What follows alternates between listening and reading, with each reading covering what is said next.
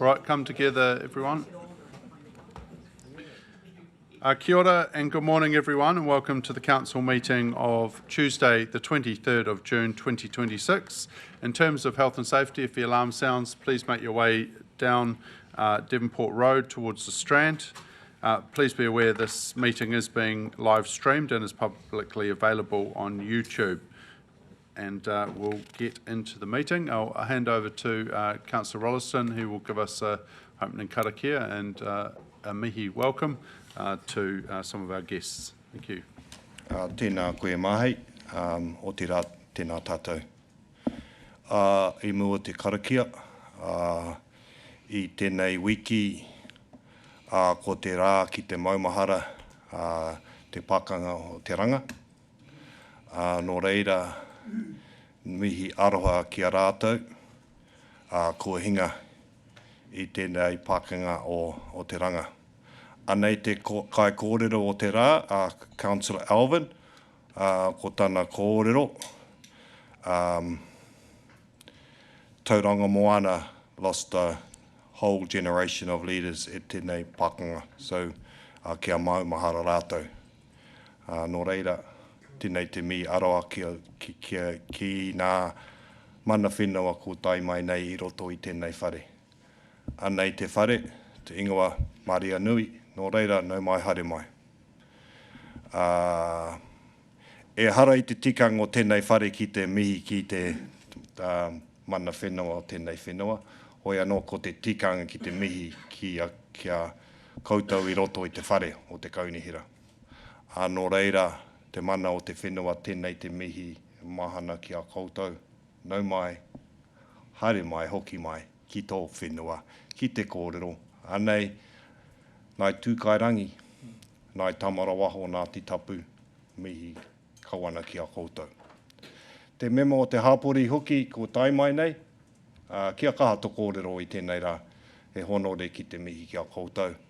Anei, nā kaikaunihira, kia kaha, tēnei ko he nui te mahi I mui a koutou, mō te ao ki te pō, pēr, mihi kawana ki a koutou. Just before I do my karakia, 162 years commemorated on the site of Te Ranga, just this Sunday. And Councillor Alvin from Western Bay was the speaker, done a fantastic kōrero. And the words that resonate with me were Tauranga Moana lost a generation of leaders at that battle. Kei te whai tonu and still. So as I acknowledge those people of this whenua that we're privileged to have in our whare that has the name of the whenua, I welcome you. And I welcome the members of the community that are here today as well. It's always a privilege to have those members of the public come and share their whakaaro, their thoughts and on the kaupapa. Hoi anō, ko motu taku kōrero, he karakia. I'll open our karakia for our hui. Nō reira, kia noi tātou. Tui ranga, tui raro, tui roto, tui awaho, tui te here tangata, korango te ao, korango te pō, nau mai te ihi, te wehi, te mana, te tapu, paupau ki roto ki a mātou mō tēnei ata, koi a rā e rongo whakirira ki runga, turuturu whakamaua ki a tīnā. Haumi e hui e, tai ki e. Kia ora tātou.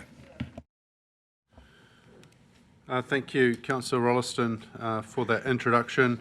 Before we get into the meeting, just have a couple of acknowledgements. Firstly, to Councillor Mike Duncan. He was a sitting Porirua City Councillor, and I just want to acknowledge the sudden passing last week of Mike. He was someone that served his community with dedication since being elected in 2016. He's a long-time Te Tahi Bay resident, and Mike was known by his colleagues and community for his thoughtful approach and strong community focus. So on behalf of Tauranga City Council, we extend our sincere condolences to his family, to his colleagues, and to the Porirua community, and just acknowledge Porirua City Council as you deal with a tragic loss of one of your sitting members. So just like to acknowledge Mike with a moment's silence.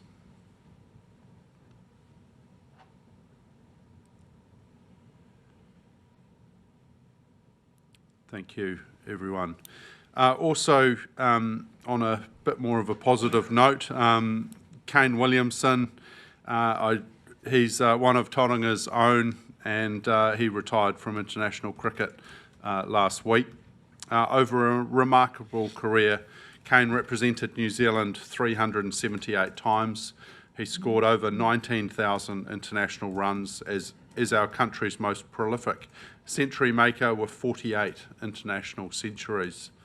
As captain, he led New Zealand to the World Test Championship title in 2021 and to multiple World Cup finals, defining one of the most successful eras in our cricketing history.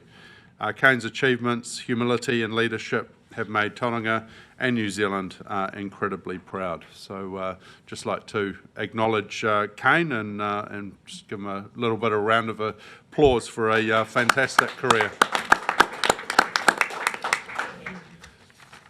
Well done. We wish him all the best in his next endeavours. So now I call for apologies. I note we have Councillor Kurak is online. Otherwise, we have a full contingent. Thank you.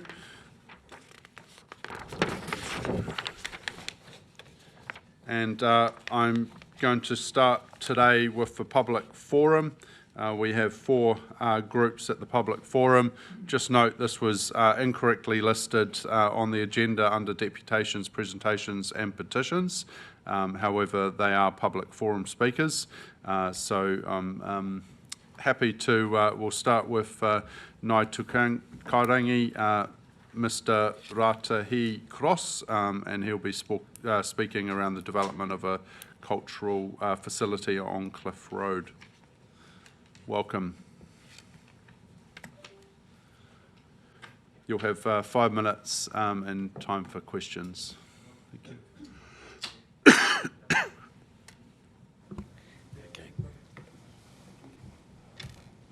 Tēnā koe te mea, me ngā kaunihera tēnā koutou. Ko Ratahi Cross tōku ingoa. I'm just presenting on behalf of the hapu on the Cliff Road proposal. Tēnā koutou katoa, nā ku te tupuna I whakarau ora tia, te pūtanga mai ki runga ki a Māwao, me tākere, te waka, ki te ao ki Waiapu, ki te ka whakinga o te urutoa, haere tonu ki wharero kia kite.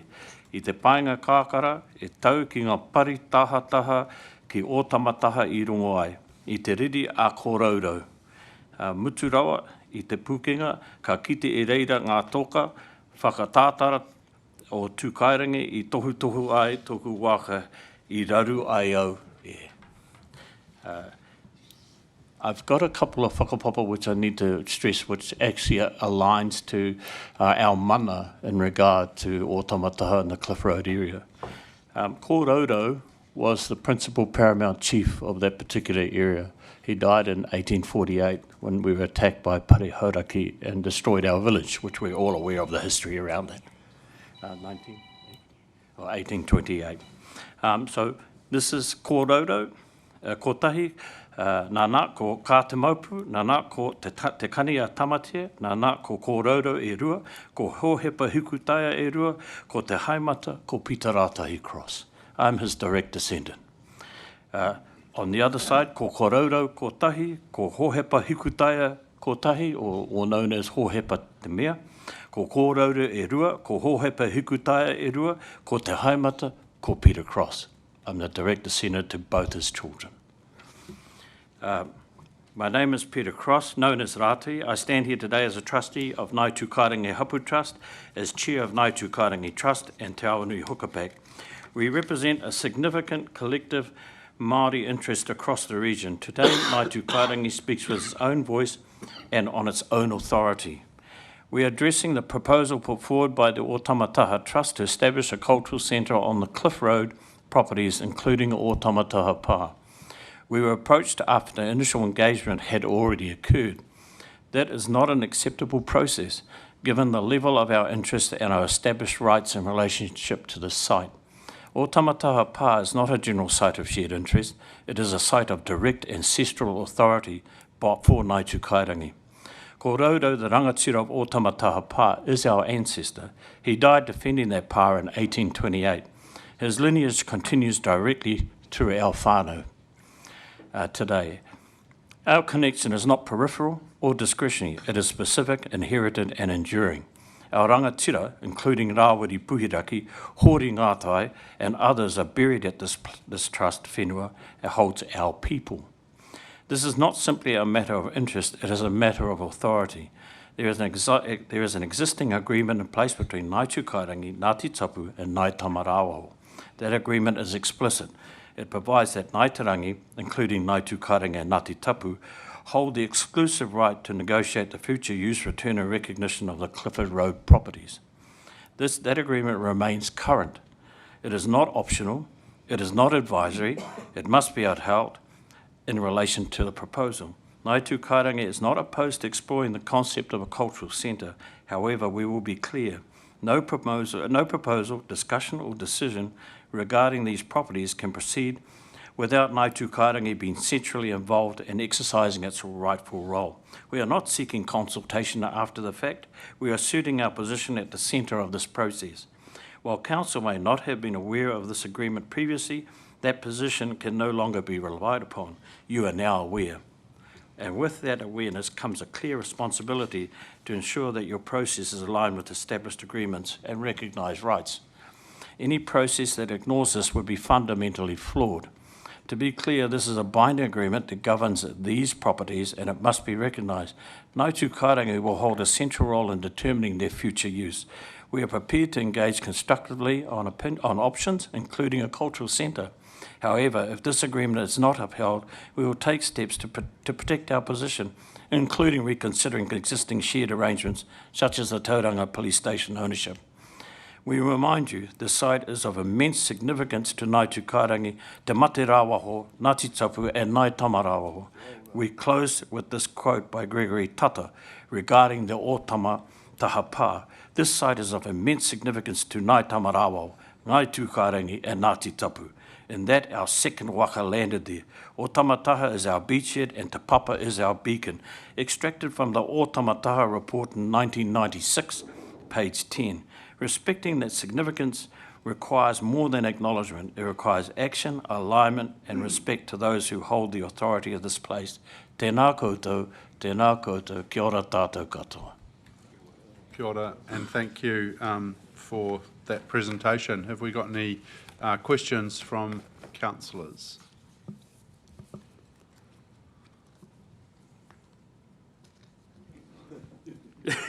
Deputy Mayor. Kia ora, and thank you for that presentation, and nice to see you.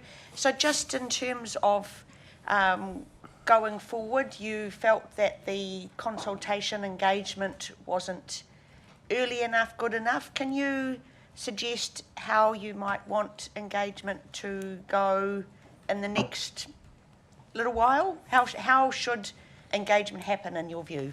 I think, to be fair, I think we just missed being engaged at all.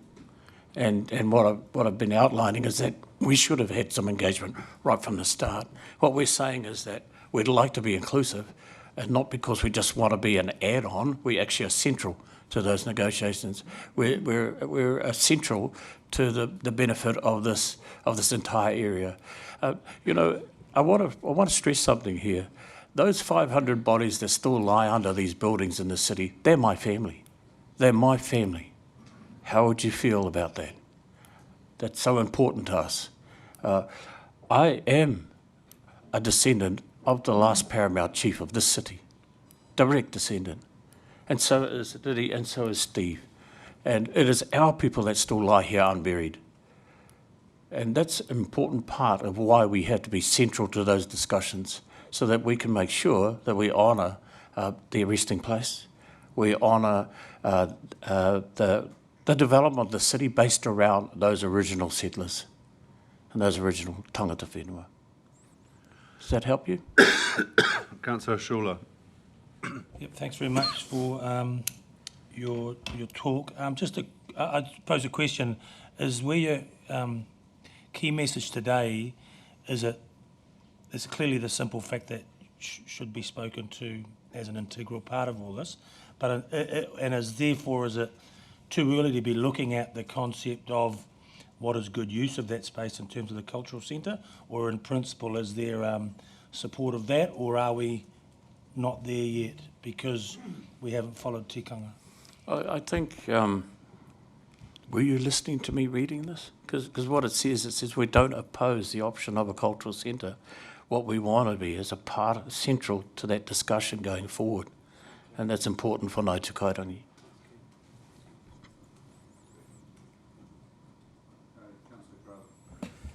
Yeah, thank you so much for coming in. I'd raised this issue when we had a briefing in, I think it was September of 2024. So it's good we're getting some clarity directly from you. My question is, in terms of other sites of special significance in Te Papa, because we often seem to revert to a discussion with Otamataha Trust, and I know you've been here before saying that that wasn't your your preference. So are there other sites that you would say would be of special significance that we need to be mindful of in the sort of central city? I think what's important is that we've established that we actually lived here. We were driven out by warfare, the arrival of the gun. 39 of our family is all that survived from the village that was here, about 600 people. They swam across the harbour to Wharero, and we resided there, always dreaming of coming home to Te Papa, to our village, to our city, we know as Tauranga Mona. Ngāi Tukairangi has a great desire to buy back, become part of, in our own right. I don't need a handout. We're financially, economically viable to actually purchase property back here. Which one are you talking about? All of us. All of us. Yeah. Yeah, this is the Ahu Whenua Trust I'm talking about, which is part of the hapu. And that's important that you understand our desire is to return back to our own lands. Does that help? Okay. Kia ora, thank you, and thank you very much for your message. We'll certainly take that on board, and just as a note, we're not making any decisions today as to the future of that facility. It's very much a discussion going from today's report, depending on which way that goes. And I think we've heard the message loud and clear. We need to come in and have a discussion with you. So thank you. Thank you. I just want to add, the council appears to have an automatic trigger that starts with talking to Otamataha Trust first. I want to send a message, or we want to send a message, that we need to be there at the same time. It's unfortunate we're not part of that trust, and there is a possibility that Ngāti He should have also been part of that trust as well. But for today, if we can make sure that we're not an add-on after the fact, we would greatly appreciate that. Thank you. Thank you. Kia ora. Thank you. Our next speaker is from the Otamataha Trust, Mr. Puraki Ihaka. Welcome, Puraki. Oh. Yeah.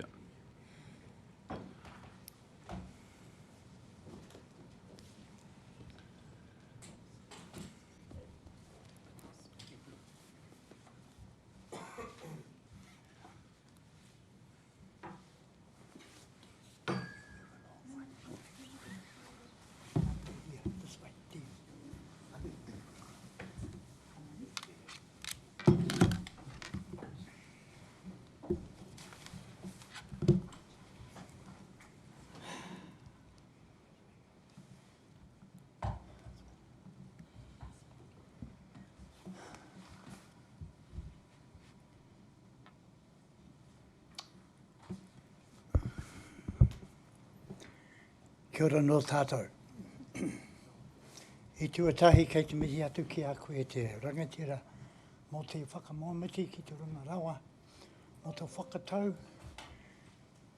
tēnei te mihi ka mihia kia mātou kua tāmai nei I tēnei rā. If I may be seated.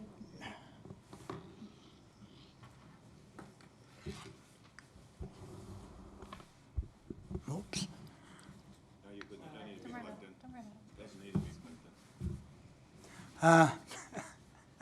Technology. Ka mihi I ake rā ki a koutou katoa, nā mema o te kaunihera. I te tia mana, mahi tēnā koe. Te tumuaki o te kaunihera, Māori tēnā koe. Madam, kia ora, tēnā koe ki a koe. Te whai anake I tēnei whora, I tēnei ropu, tēnā koe.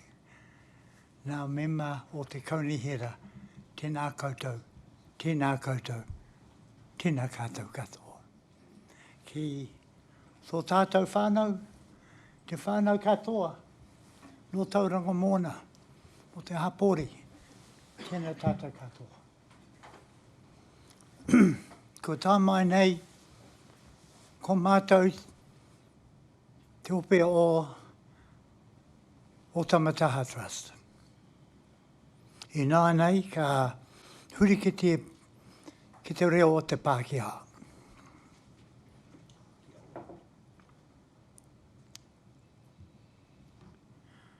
I speak on behalf of Otamataha Trust.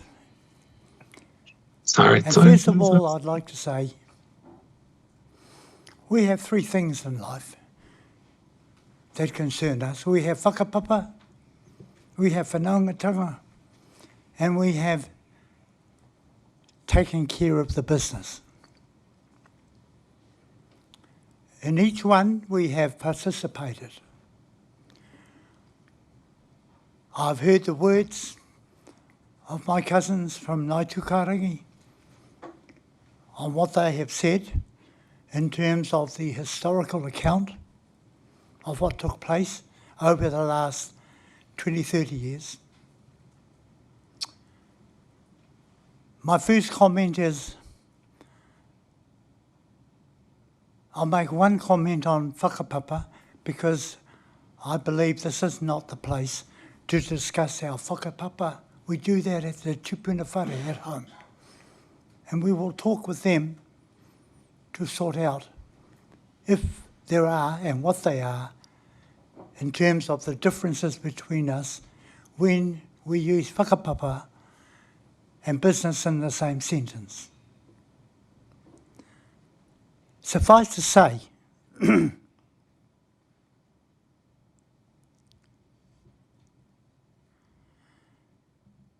the mana that we take for Otamataha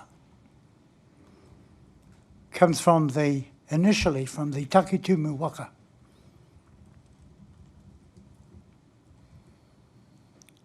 The tipuna of that time was Kinamoru of the Papa.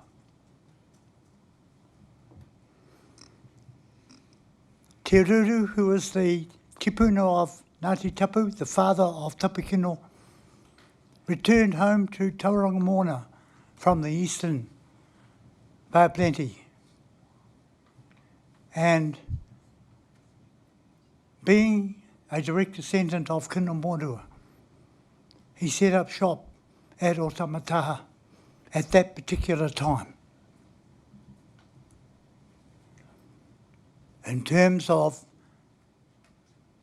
who were the mana whenua of Otamataha at that time was Te Ruru and all of Te Ruru's descendants. Those descendants come down, I won't go into the genealogy, but the descendants came down to Kororo, ka tika te kōrero of my cousin Rātai. I think one thing that was left out was where did Kororo come from? and that is a matter for us to discuss at home. I assert that he was Ngāti Tapu, who married into Ngāi Tūkarangi. And that is for discussion between us. Secondly, in the early days of setting up the Otamataha Trust, which was some nearly 30 years ago, in 1997, the next 10 years involved meetings with all the hapu concerned. We spoke with Ngāi Tūkarangi, chief to chief. We spoke to Ngāi Tamarawoho, and we represented Te Mate Rawoho. Because at that time they didn't have a place to hang their hat, except with us, Ngāti Tapu, because they came from us.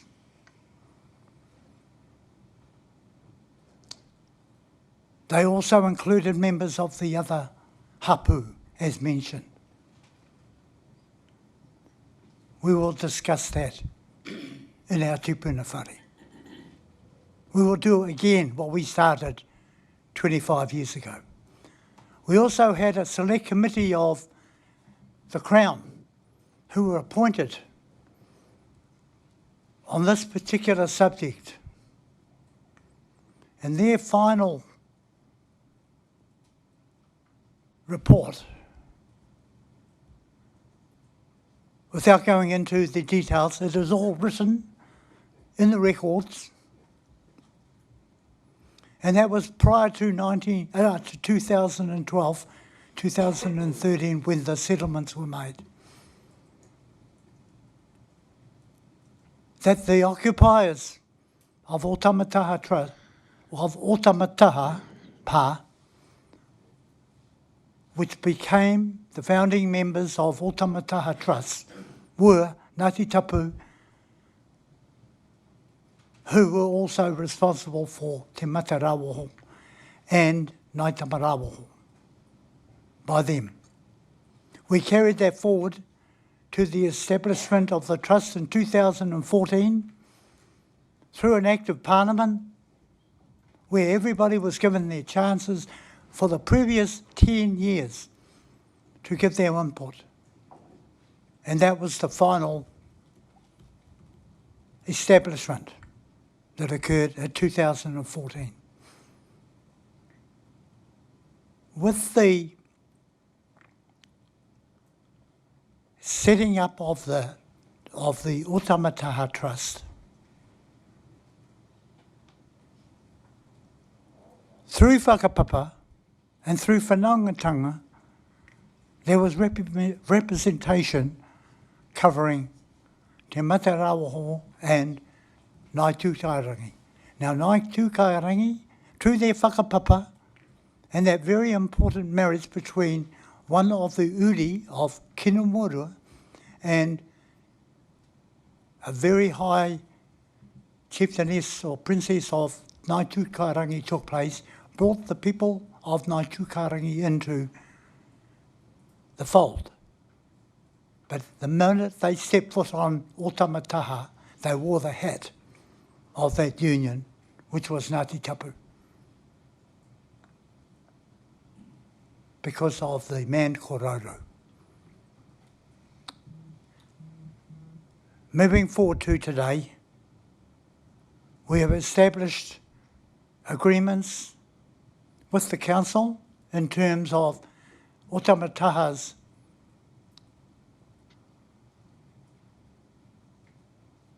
belonging to the land, in terms of the relationships that we have formed, in terms of helping to create the new Manuataki o Te Papa and other areas in the CBD. And that goes back quite a fair way. I assert that the right people are currently Uri descendants of those who fought on behalf of Otamataha Pa. The pa itself is a place in Cliff Road that we'd like to have a discussion with the council about its future. And we, as the occupiers of Otamataha Trust, who also represents the other hapu of, and has been mentioned today, with the links back to Ngāi Tukarangi and even Ngāti here, that we cover their interests through the trust. But the trust should remain as it stands. Now, if I may, there's a little matter of the report which was given to councillors, and I'd like to make a comment on those, if I may, regarding first of all, the assertion that Ngāi Tukarangi made in terms of their belonging to the said property of Cliff Road, and secondly, the points that were raised in terms of what else needs to be discussed between the Trust and Council. However, before I start that, I would like to ask if there are any questions on the first half of my kōrero. Sorry, Pūraki, we are going to have to wrap up. Okay. Yeah, just with... Well, I would like to just give a little comment then on the other ones regarding the question of Ngāi Tukarangi and their input into Cliff Road, as they have ascertained in the report. I'd like to take that home and discuss it with them at our tupuna whare. With regard to the other points that were raised, we accept the report as it is and believe that further work needs to carry on between us regarding those 6 points that were raised in terms of further kōrero between Council and the Trust. Ko motu taku kōrero, te kōrero o Otamataha Trust kia koutou rā, te kaunihera, nō reira, tēnā koutou. Kia ora tātou katoa. Any questions? Kia ora, Pūraki, and yeah, obviously a few more discussions to be had going forward, but appreciate you coming in and sharing with us today. Right, any questions on that? All right, thank you, and thank you very much. Our next speaker is Mr. Don White from the Bay of Plenty Vintage Car Club, and also discussing the report around the development of a cultural facility on Cliff Road Courts, Cliff Road Green and Robbins Park. So welcome, Mr. Don White. Got some, yeah, and some supporters as well, so. If you just push the button, so there's a red light on before speaking, thank you.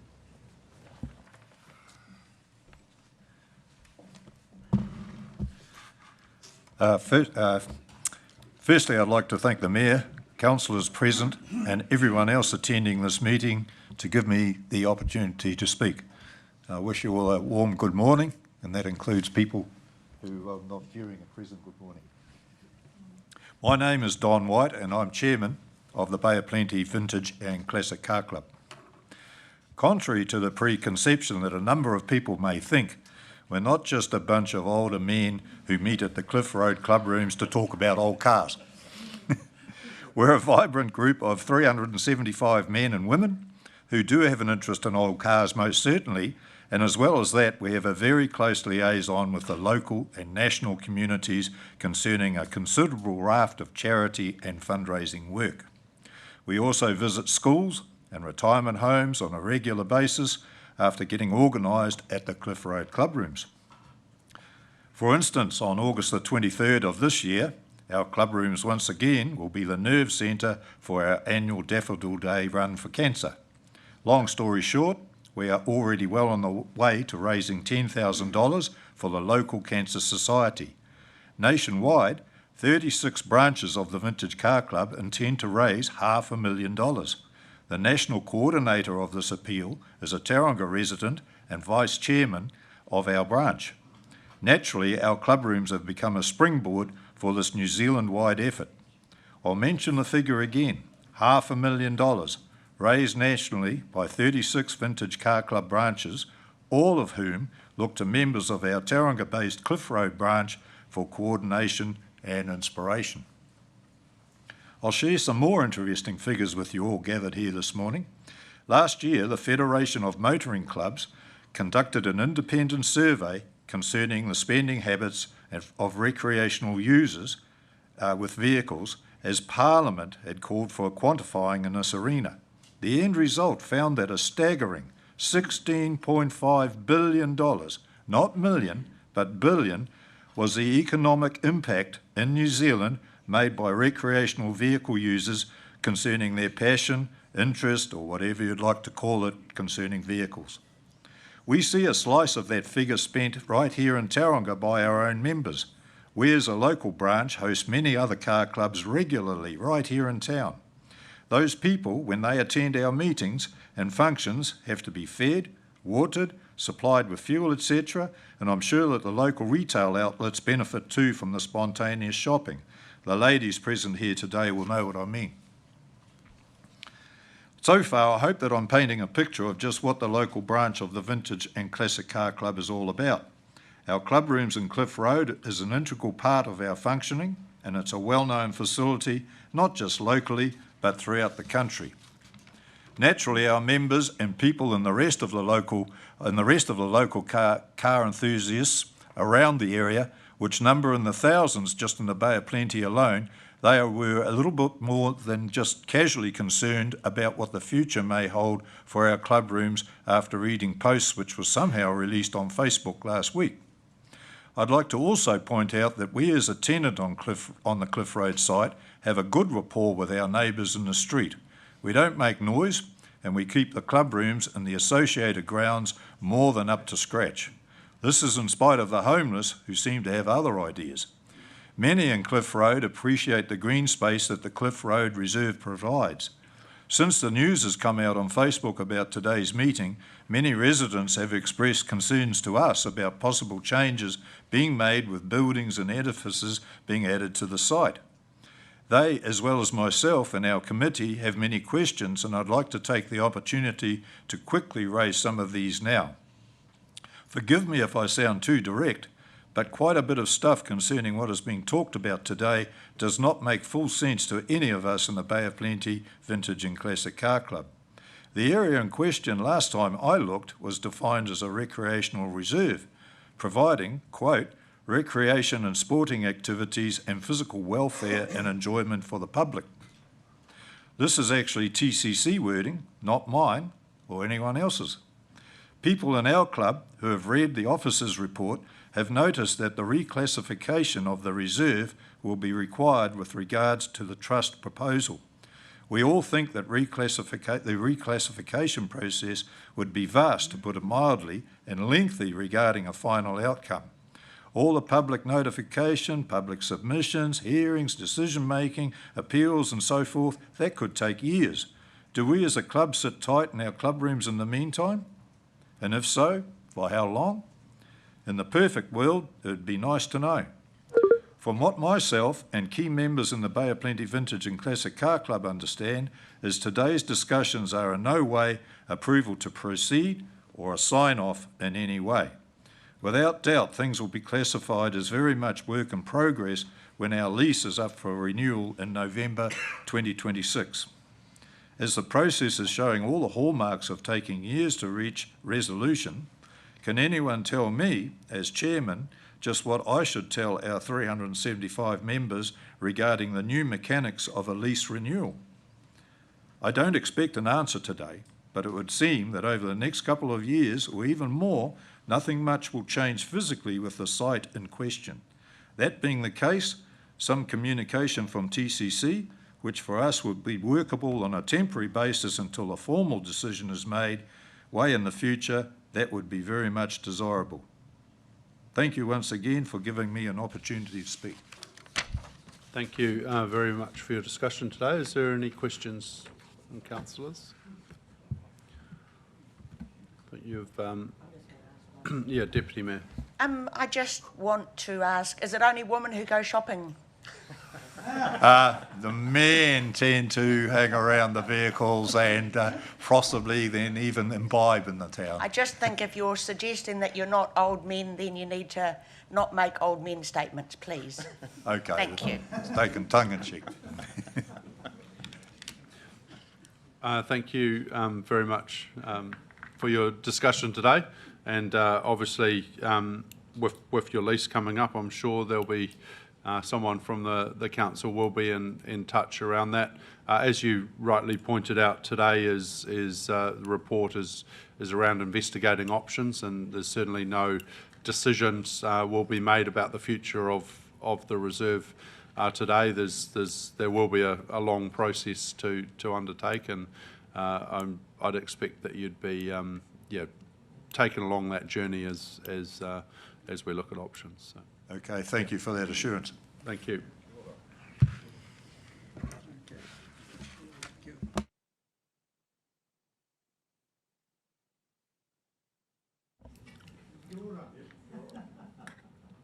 All right, now we have our final speaker of the day, which is Tauranga Astronomical Society, and we've got Mr. David Gregg and Mr. Barry Scott speaking about the Papamoa Solar System Trail. Welcome. Can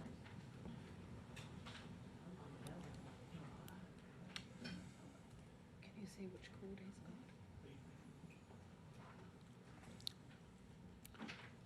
got? Council. Is it?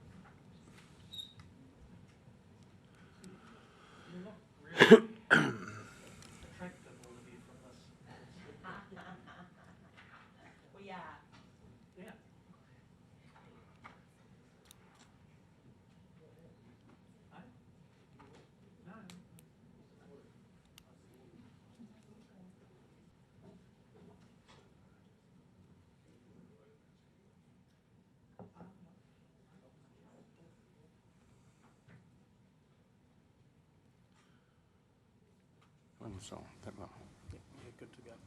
Good to go?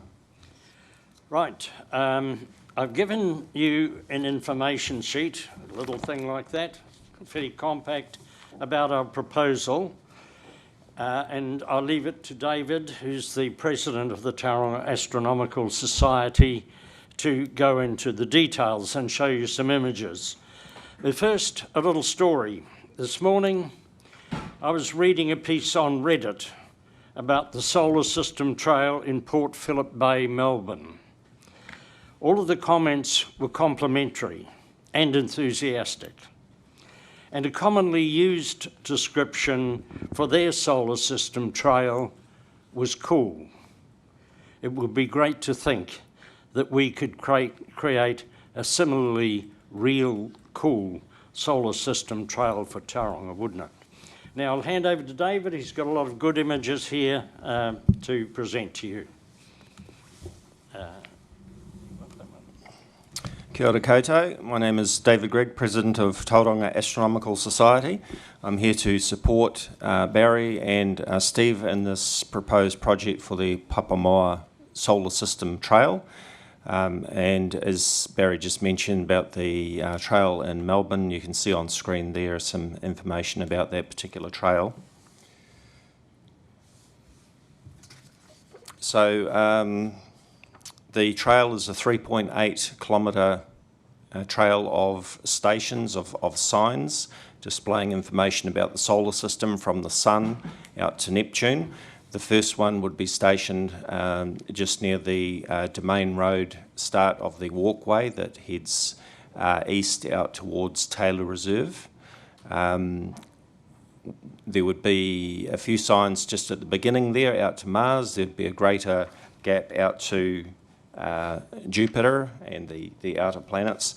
This would be a great incentive for walkers, runners, cyclists and so on to set their goals on travelling further and further out into the solar system. The first few planets, of course, out to Mars would be nice and easy, within 200 metres walk or return of 400 metres return back to base there. So you can see on screen just in the top left corner the little pin for the Sun. We've got Mercury, Venus, Earth and Mars down in the bottom right-hand corner. And then further out you can see the extent of the solar system all the way out to Taylor Reserve on the bottom right-hand corner there. So here are the planets compared to the Sun on the left-hand side, all shown to scale. The idea is to show the images of each planet to scale on each sign at each station with the relevant information about the planets. And here are some sample signs from some other solar system trails overseas, a closer up view. There are very different designs of the solar system trails, the way that they've laid out the information. And it's very educational and I have to say very, very popular. We have a lot of school groups and children's groups and even seniors coming through the observatory. And we present our Astronomy 101 program about the solar system, the planets and so on. And there is a great deal of interest. So incorporating these signs on a walkway, as we say, is a great incentive for people to exercise and travel further, to set their goals, to head out onto the next planet further and further, and with the outer planets, of course, they have to travel much further.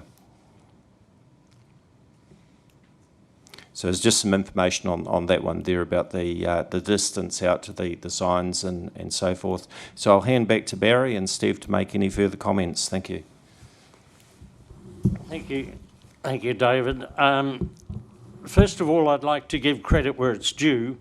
This idea came from Steve in the first place. You'd been to America, Steve, hadn't you? And whereabouts did you see a trail?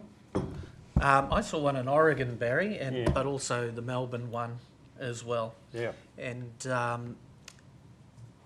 what I thought is what a great thing to teach children to look up off their devices and to look up and to realise that we are part of something a heck of a lot bigger than ourselves. Yes, it's basically, it's an education facility for our city. And we will be, as I said in my notes, the first council in New Zealand to establish anything like this.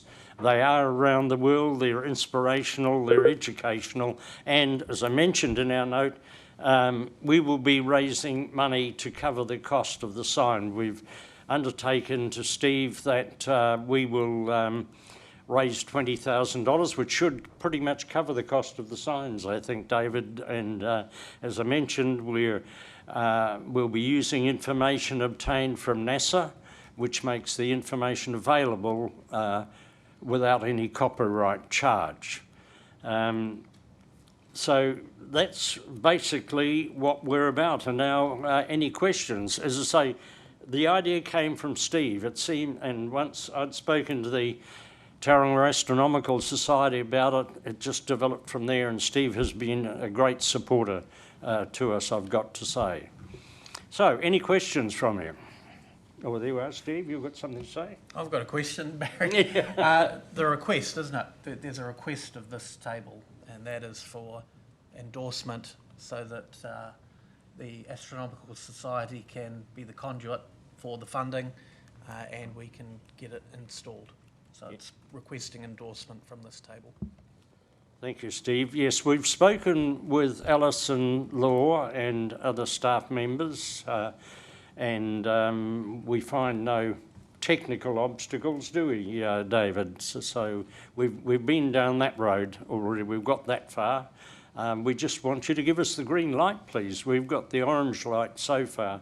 after discussions with staff. We'd like a green light from you so we can get down to the two things, and that is creating the signs, designing the signs, and most important for us, raising $20,000, which we're pretty sure we can do. Councillor Taylor.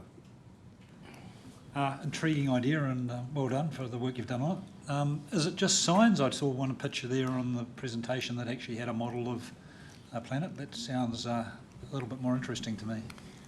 I think the signs would cover it pretty well visually with the planet shown to scale and the information. Certainly adding models adds another feature to it, and some solar system trails have certainly gone down that road. But of course that does add further cost to the project. So I think the signs would cover it pretty well. So this would be stage one, maybe? Possibly, yes, yes. Any other questions? If I could just comment, Rod, I've spoken to the people in Melbourne. They have a model rather than a sign, and there is the risk of vandalism. They're more inclined to vandalism, and they're costlier if they are vandalised. Yeah. All right, thank you very much for your time today and for coming to present to Council. I'm sure Steve will be a champion and Yep. try to progress it. So thank you. Thank you, and thank you, Steve. Jerry. Oh, and Mayor, just for the record, for the people watching, it's not Rob Coe sitting here, it's Steve, just in case there's any confusion.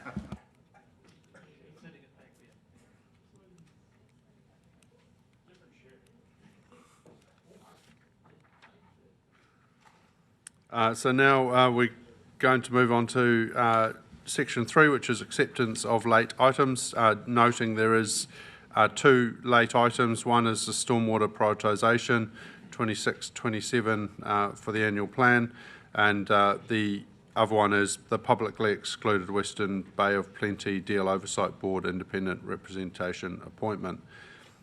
These items were not included in the original agenda because they were not available at the time of the agenda was issued, and discussion could not be delayed until the next scheduled meeting of committees because a decision was required now in regard to these items. If I could call for a mover and seconder to accept these as late items.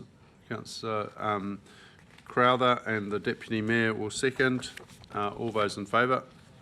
Those against? That is carried. Thank you. Then we've got confidential business to be transferred into the open. I don't think there is any change in the order of business. Not at this stage, but I'll let you know if we do want to change the order of business. And now we get on to minutes, which is 7.1 minutes of the council meeting held on the 26th of May 2026. Are there any corrections to those minutes? If there's no corrections, I ask for a mover and seconder to accept those minutes as a true and correct record. Councillor Crowther, Councillor Rolleston, thank you. All those in favour? Those against? That is carried. Thank you. Declarations of conflict of interest. Is there any declarations? Yes, Councillor Rolleston. Just registering an interest in the confidential, Mayor, around the appointments of the members, tangata whenua members to the CCO. There is a relationship with one of those. It's a distant relation and it's not anything that would prevent me from being part of that conversation, but I just want that noted. Thank you. Note that. Thank you. Yes. Just a conflict on the international travel, which I will abstain from discussion and voting. Thank you. Deputations, presentations. Also. Yeah. All right. Note that. Deputations, presentations and petitions. And recommendations from other committees. No. Right, we get into business, and our first item of business is 11.1, development of a cultural facility on Cliff Road Courts, Cliff Road Green and Robbins Park. I think we've got Emma Joyce and Ross Hudson to talk to this. Thank you. Morena tatou. The report follows recent dialogue between elected members and the Otamataha Trust on the prospects of using land at Cliff Road for a cultural facility. It outlines a process and a set of questions that we recommend need careful consideration prior to any formal process to reclassify some of the reserve and consider tenure for the Trust. The site has a set of existing uses, archaeological and geological characteristics, and cultural and community interests that Council and the Trust need to consider alongside refinement of the proposal itself. As such, we propose that staff work with the Trust, mana whenua and other stakeholders through a structured process and a spatial planning exercise that also considers the wider cultural and historic precinct between Monmouth Redoubt and the Elms before returning to Council for further consideration.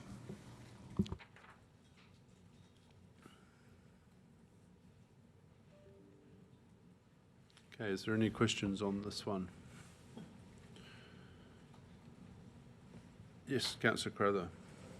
Yeah, I note the report said that there is capital funding of approximately $11 million over 10 years for the implementation of the cultural and historical precinct included in the current LTP. Does that include the long-awaited development at 11 Mission Street for the Elms development, which was part of the kind of deal, if you want to call it that, for gifting the land back to Otamataha Trust there?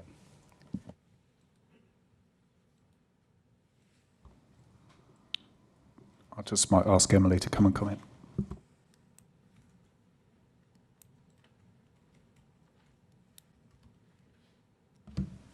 Thanks for the question. I think it's pretty simple at this point. It's not specifically including of that, but certainly the LTP funding considered the broad range of actions that would need to take place across that whole precinct, which would pick up collaboration with the Elms and their development aspirations.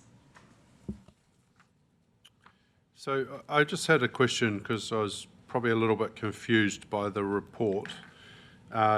If we go down to 4, paragraph 4, and that last paragraph, we say, for future use of the area, it's recommended that staff first work with the Trust to resolve questions around purpose of the facility, size, scale, facility, the amount of reserve space, etc.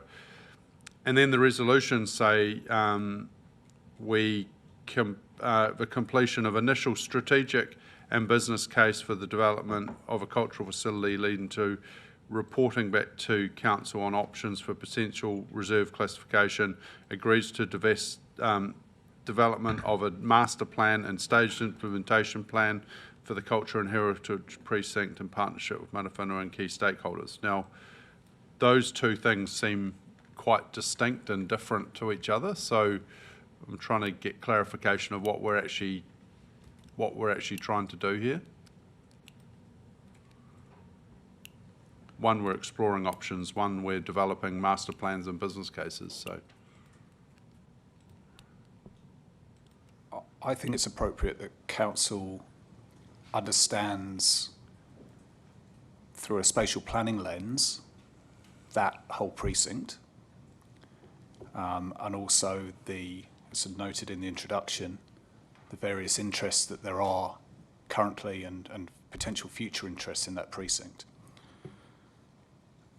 The investment case, I guess, is just the terminology that we've used for the proposal or emerging proposal from the Trust. And we're suggesting that staff help the Trust through that process, but also understand that broader spatial lens so that when something's brought back to you, you can see that fuller context.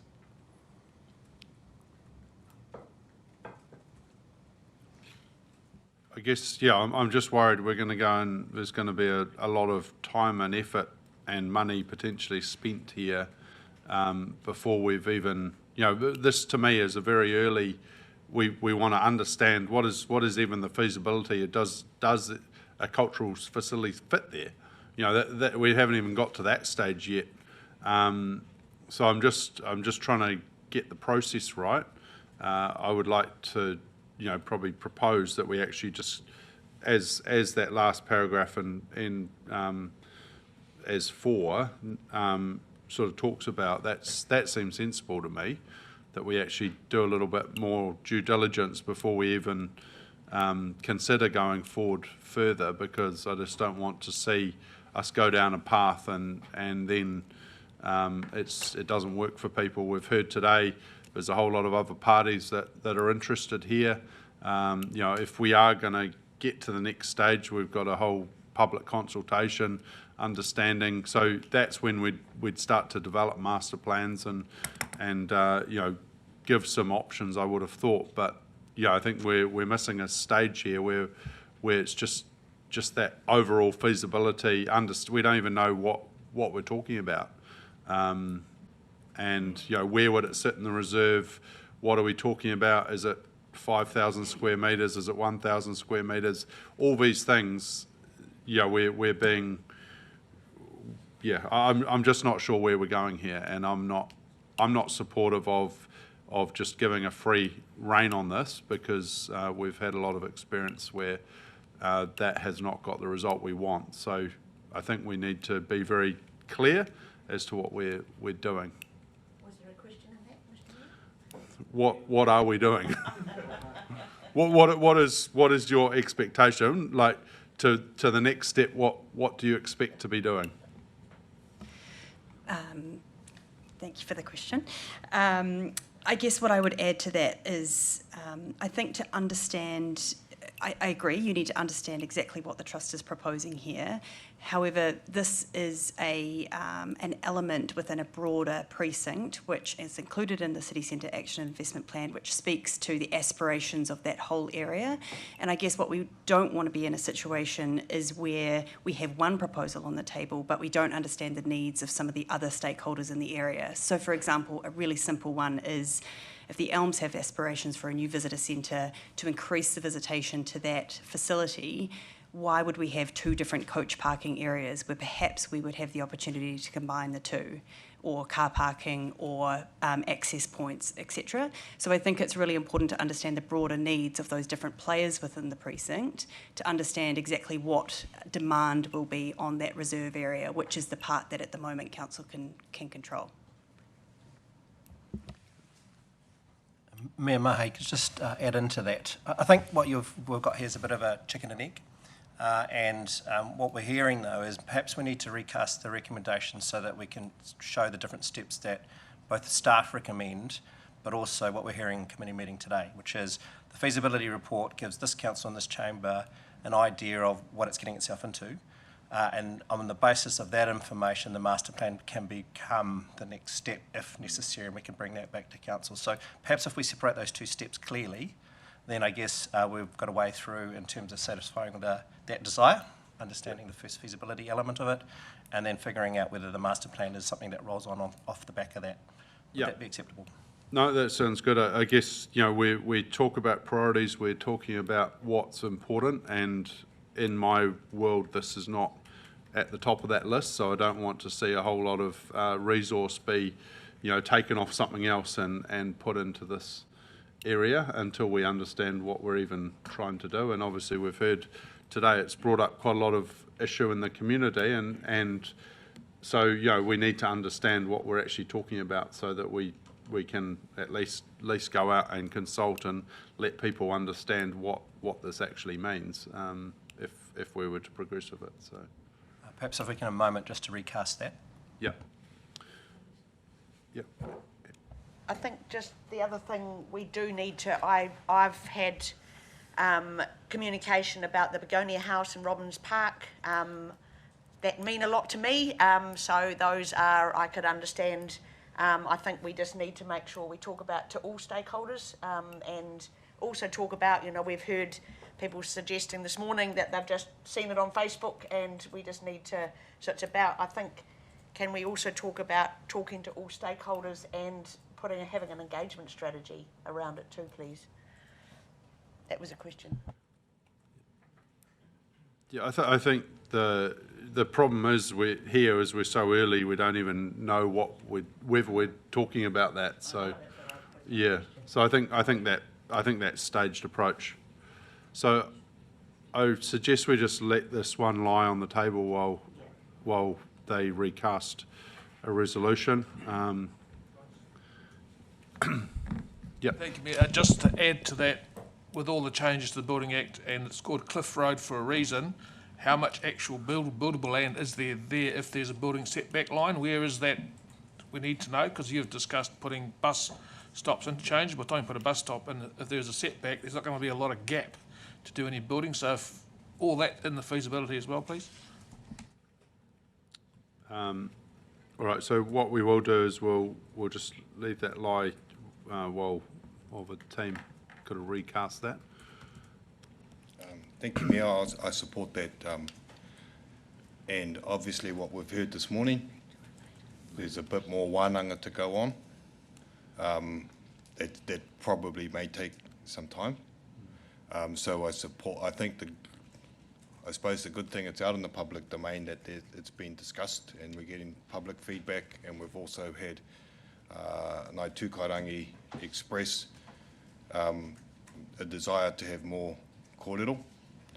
And so I do support that there's more to do on this, both internally, both with the public and particularly with the mana whenua. And we could get a bit sidetracked if we don't. And we've got to get the cart before the horse, or the horse before the cart here. And I think there's much to do. So I support leaving this on the table while other things will. And I also support the fact that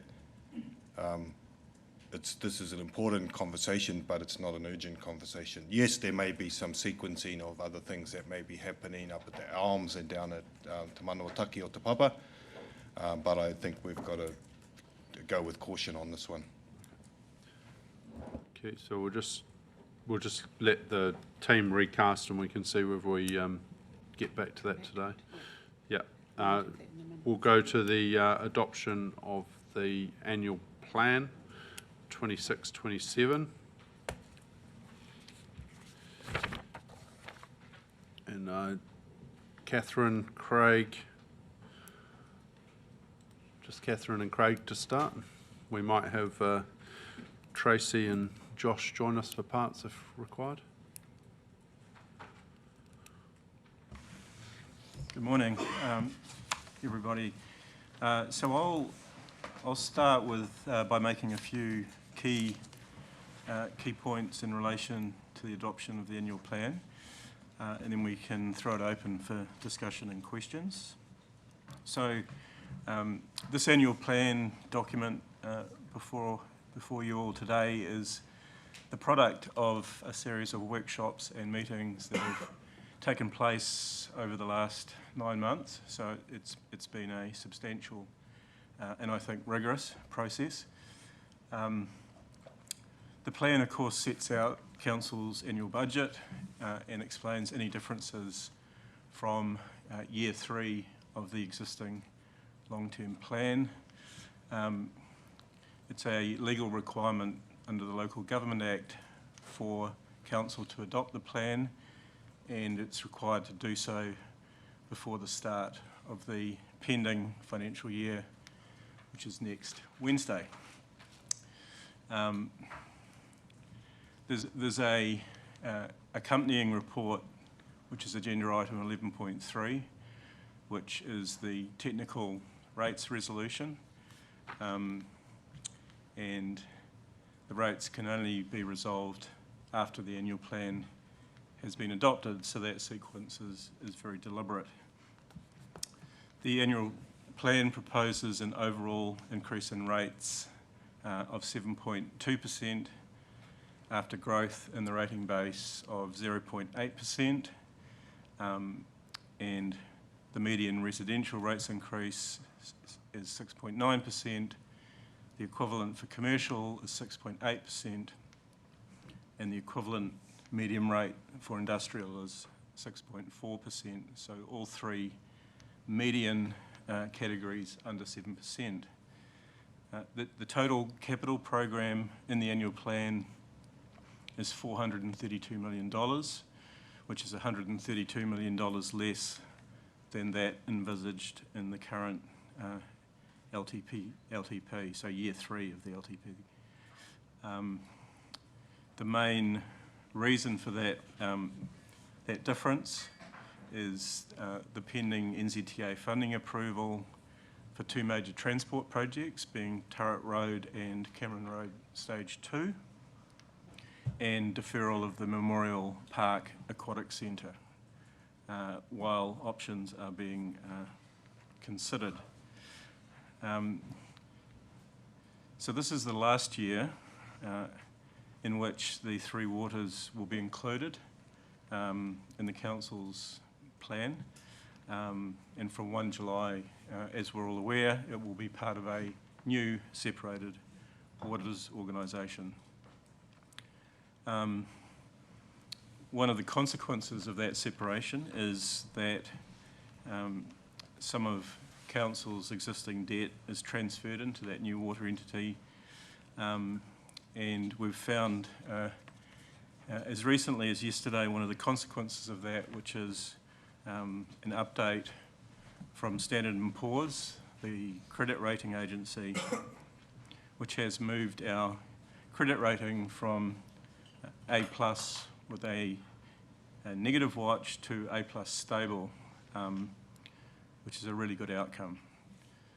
And I guess finally to note that there is some current challenge around achieving a 100% balanced budget benchmark.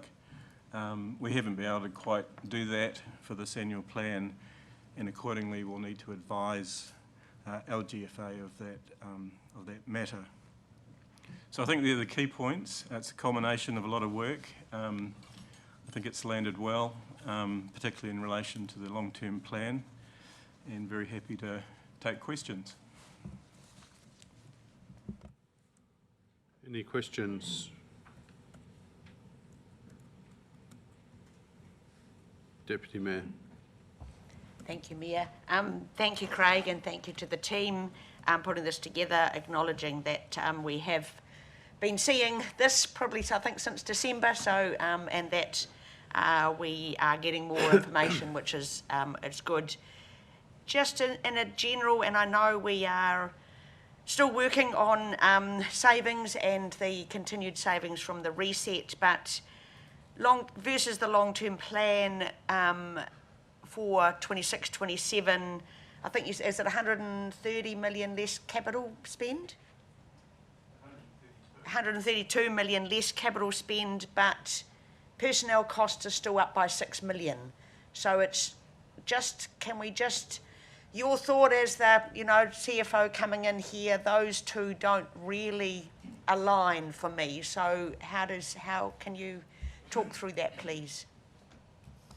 I think, well, firstly, that's quite a low percentage, but I think there's some context around the change processes that we're navigating and facing into. So certainly since I've been here, there's been a lot of work done and predating me on the waters process by a lot of people. So that's part of it. We're now facing into reforms around resource management, rates capping, local government amalgamation, and the like. So I think we're kind of in the eye of the storm in terms of addressing those change processes, and when we come out of those processes, there will inevitably be an appropriate right sizing that will occur to adjust staff numbers in OPEX accordingly.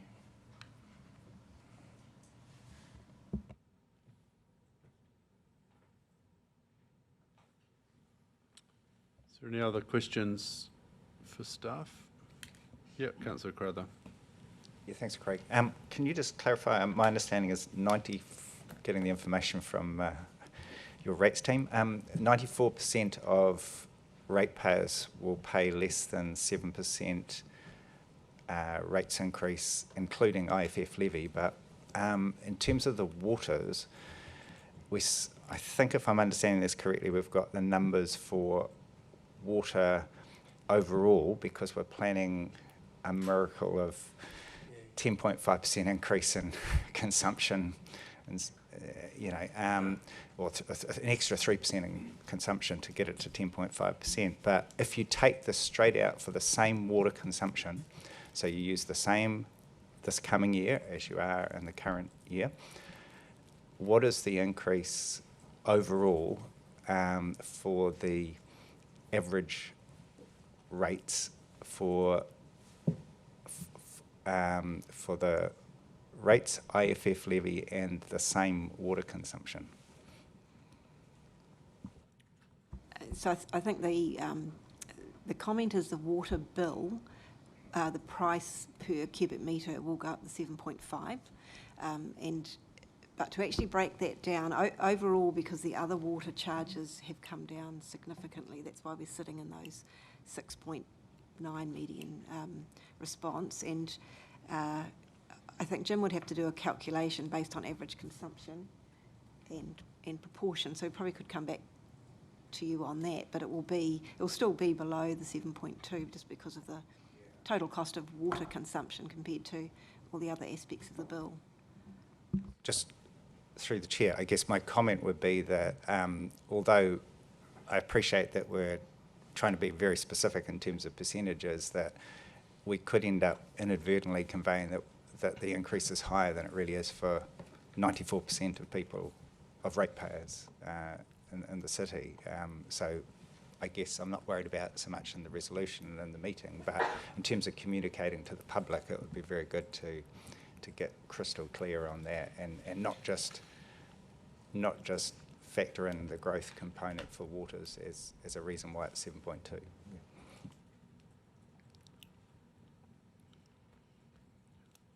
Deputy Mayor.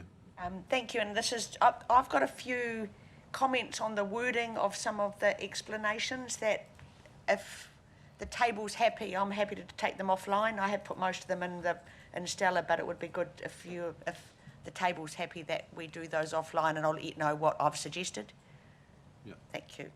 And the other thing is just on the table of changes of capital, because it's 132 million, it would be great to have totals, even if you have a big other box, but that's, like when you're suggesting it's 132 million down, just to be able to have those totals would be great, please.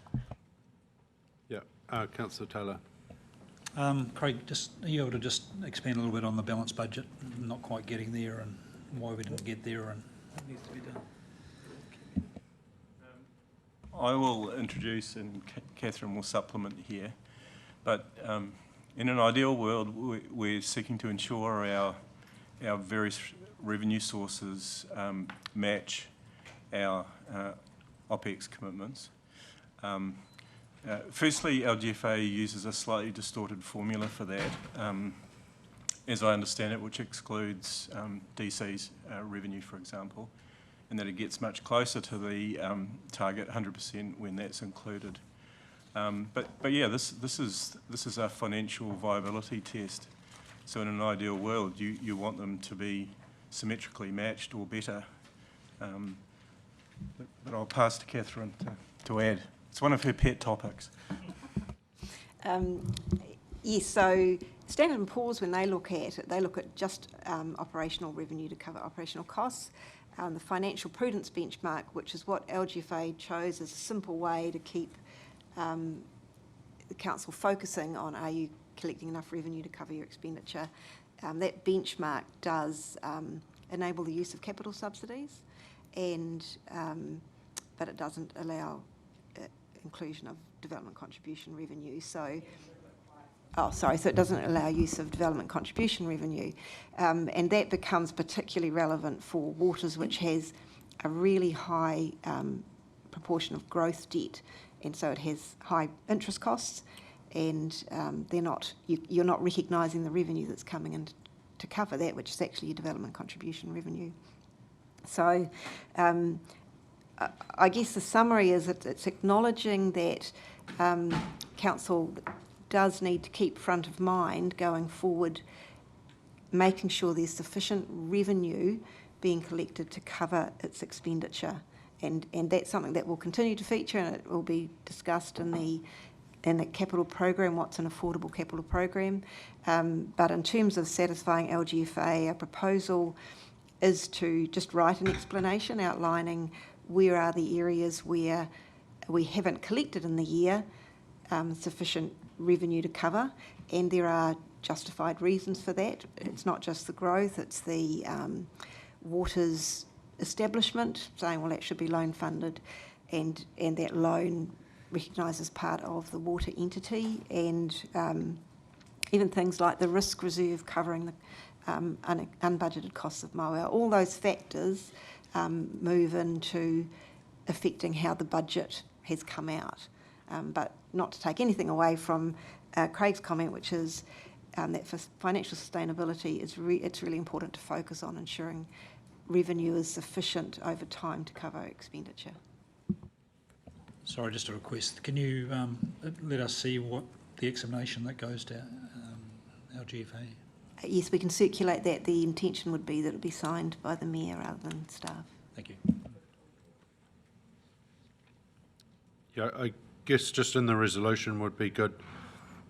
Again, we talk about new borrowing, but actually new borrowing is 226 million. So would be good just approves borrowing of 492 million in line with debt levels, noting new borrowing of 226.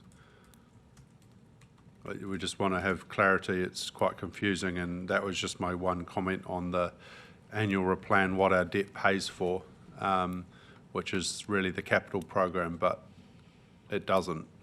It's a 400 million capital program, and we're only borrowing 226 million. So, I think that needs to be made clear as well.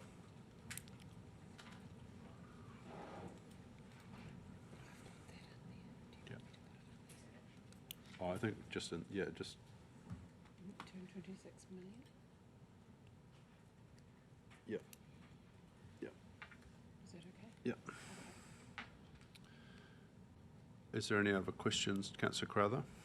Well, I'll just suggest the same for myself as for the Deputy Mayor, that a couple of wording changes in the document, if everyone's happy. Oh, we'll take those offline. Yeah. Yeah. No, but just to make sure that's happening. Cool.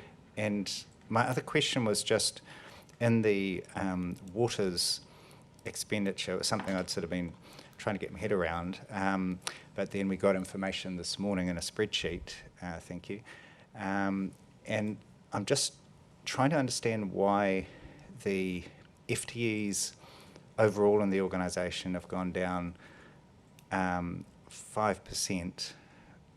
from 2025's actual numbers to the draft or the annual plan as it stands now, and the salaries have gone up 11.7%, so that presumably movements over time and other factors there.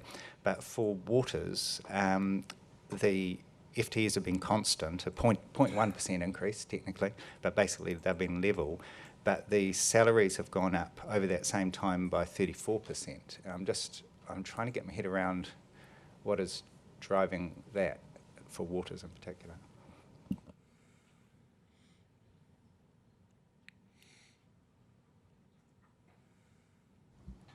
I would have to get back to you with the details on that, but off the top of my head, I think it would be related to both capitalisation and salary savings, which are the offsets, of course, to salary costs, and those offsets have decreased in that 2-year period quite significantly.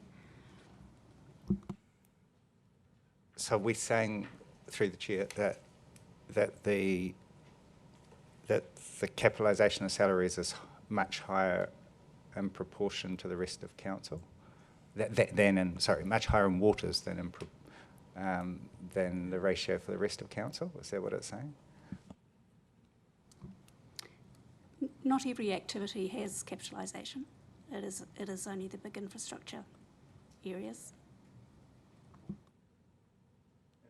It'd be very helpful, maybe an action point on that, because it does seem quite a. I mean, I know that we've factored in certain numbers last year and made it all add up, but that just looks quite an incredible difference between the core council and the waters. Deputy Mayor. Thank you, Mayor. So a couple of things. Number one, I think can we just confirm the salaries are, you have budgeted for no vacancies, so you're budgeting as if there are no vacancies. That's the way we do our annual plan budget. Is that correct for a start? That's correct, apart from the salary savings overlay. Okay, thank you. But just going forward, can we always have that reported in our quarterly reports, the salaries as reported and the savings, which is from the vacancies, just so we know that? The second comment is just on, or question, on point 7, and this relates to Councillor Taylor's question. The last part of that said, it is expected that the balanced budget metric will move favourably in the early years of the LTP as capital subsidies are increased. Can you just tell me how certain you are and what are going to increase and why? As I said, that balanced budget does include capital subsidies. That it also includes the IFF effective grant that comes in. So it's that flow of money, and that relates to Cameron Road, Turret Road in particular, which if those are proceeded with and there are areas of subsidy that have been identified as available, potentially available, they both will be subject to some timing matters, like Cameron Road would need to be completed by a certain time. I think there's also some final approvals that come through business cases and related to Turret Road, but they're as close as we can get to comfortable that they will occur. If they would prove to be not available after design or whatever was undertaken, then there'd be a reconsideration of those projects. But that's all part of that LTP process, to consider which projects are we going ahead with. These ones that have identified likely subsidies, when is the timing of those and what are the conditions regarding scope, etc. So there's also the tech support for the Memorial Aquatics and some other areas. So if the capital's undertaken, you continue to talk to those agencies who are about subsidy and the requirements are met, then that's how confident we are that will take place. And I guess just as it is expected in a council report from the finance team is quite a positive, confident comment from my perspective. So your comments are a little bit less confident than what we're reading on the report, which will be the minutes of this. So you are quite confident that they will increase? It's expected, subject to. So maybe that would have been a good addition to the report, subject to those projects proceedings planned. I just had a question, and you've answered it in my notes, but for the public record, Catherine, the differentials for commercial and industrial? Yes, so commercial is 2.25 and industrial is 2.7 times, and that's also recorded in the document in the what our rates pay for section. Thank you. Yeah, Deputy Mayor. Again, can we just confirm in the operating costs we have asked for additional savings? Can you just confirm again what those, for public record, what the savings that we have included in the operating costs are, please? So at present, I'm just trying to remember, it was 4.5 million of additional savings to be found over the year, is a direction for the CE and the executive to lead, but that has not been specifically budgeted into activities. But does that appear, I couldn't see that number. I thought it was quite important to be saying that that's a number we need to report on quarterly and make sure that we are seeing. Does that appear anywhere in the report, and would that not have been useful? Would have been. It doesn't appear in the report. Yeah, Right, if there's no further questions, thank you staff for answering every question that we've had today. Now, if we just put up the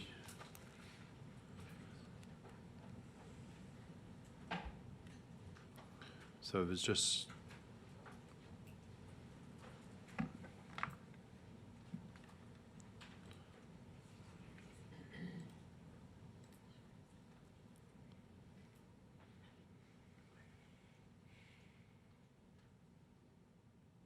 I think we can take out the in line with debt levels. Yeah, so it's just noting.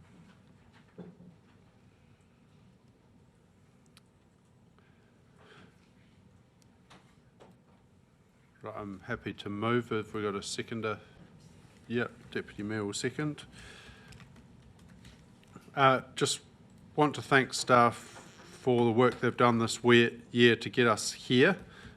This is, again, it's, you know, I'm sure more than most of our community would like to see, but it is also trying to get the balance right between continuing to build the infrastructure and deliver the services that we need in a growing community with the needs of our ratepayers. So, as I said, we'd always love to see it smaller, but the organisation has had to go again deep inside to cut a lot of costs, and as we've said, we've continued to push for those savings, and I think this result does balance out at a pretty good result. 7.2% rates increase with the majority of people in the median categories paying under 7%, which is you know, for where we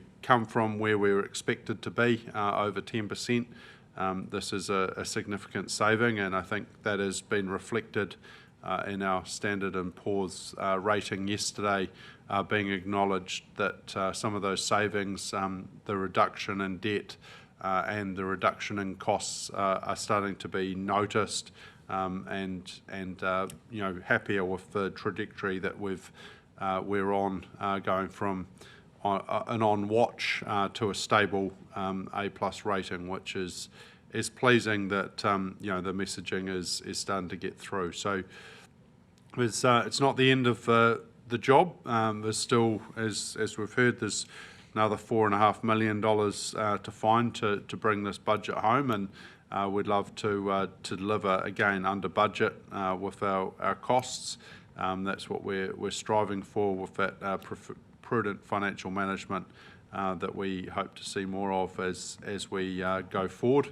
But you know, this is certainly a step in the right direction, and I just want to make a note of, you know, for the value that people actually get, and I think it's often overlooked, the services that council provides are significant, from the water that you get out of the tap, from flushing your toilet and having that waste dealt with, the planning rules, the roads you drive on, the playgrounds that you play in, the recreational reserves that you enjoy, as well as some of the sporting facilities that are delivered, as well as plenty of other services with supporting community organisations and you know, plenty of other services that council actually delivers. So, you know, I think it has to be taken into account. We are in a cost of living crisis, and I understand how tough it is on people.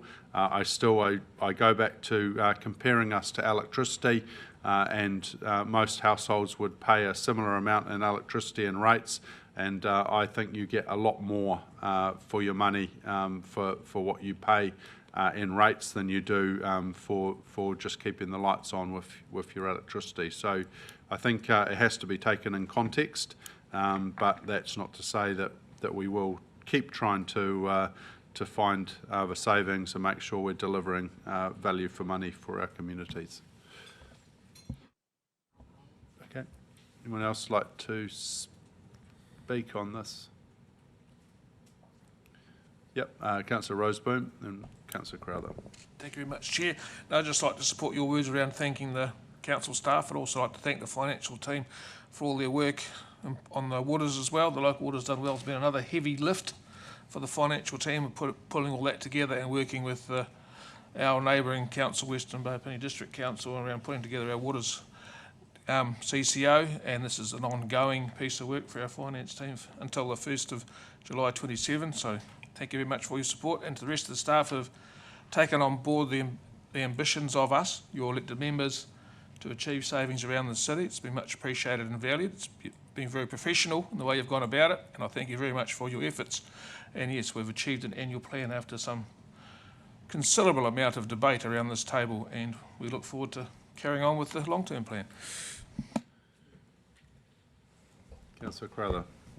Yeah, thank you, as the others have said, to the staff. I was just sort of reflecting on, we were in the regional council chambers talking about our first annual plan of the current financial year, and I remember raising the issue of wanting to have lower rates increases, and we, I think, agreed to 10% as the sort of absolute tops, and we got there last year, right on the money with 10.0, but I think a lot of us sort of felt that was too high. Understanding how we got there, though, you know, that we needed to sort of make progress. So I also remember speaking early on in this process and saying I favoured three options: a 4, a 7 and a 10%, because at the time I think a number of my colleagues were looking at maybe having to be 10. And I sort of made the prediction that we might be likely to end up at 7, but I still want another option to go out to the public. We then decided not to consult, which was, I think, in the circumstances, was a good move due to the other things that were going on. But I think what it does put the onus on is now we've got it to well, below 7 really for almost everyone, but it really puts the onus on us going that extra step next year for the long-term plan, because I think the trajectory's right, but we're still, in my view, too high. But I understand why we are where we are, but I think we've shown we can get it down, and I think we really need to make the big effort next year, because it will be much more challenging, I think, than we've faced.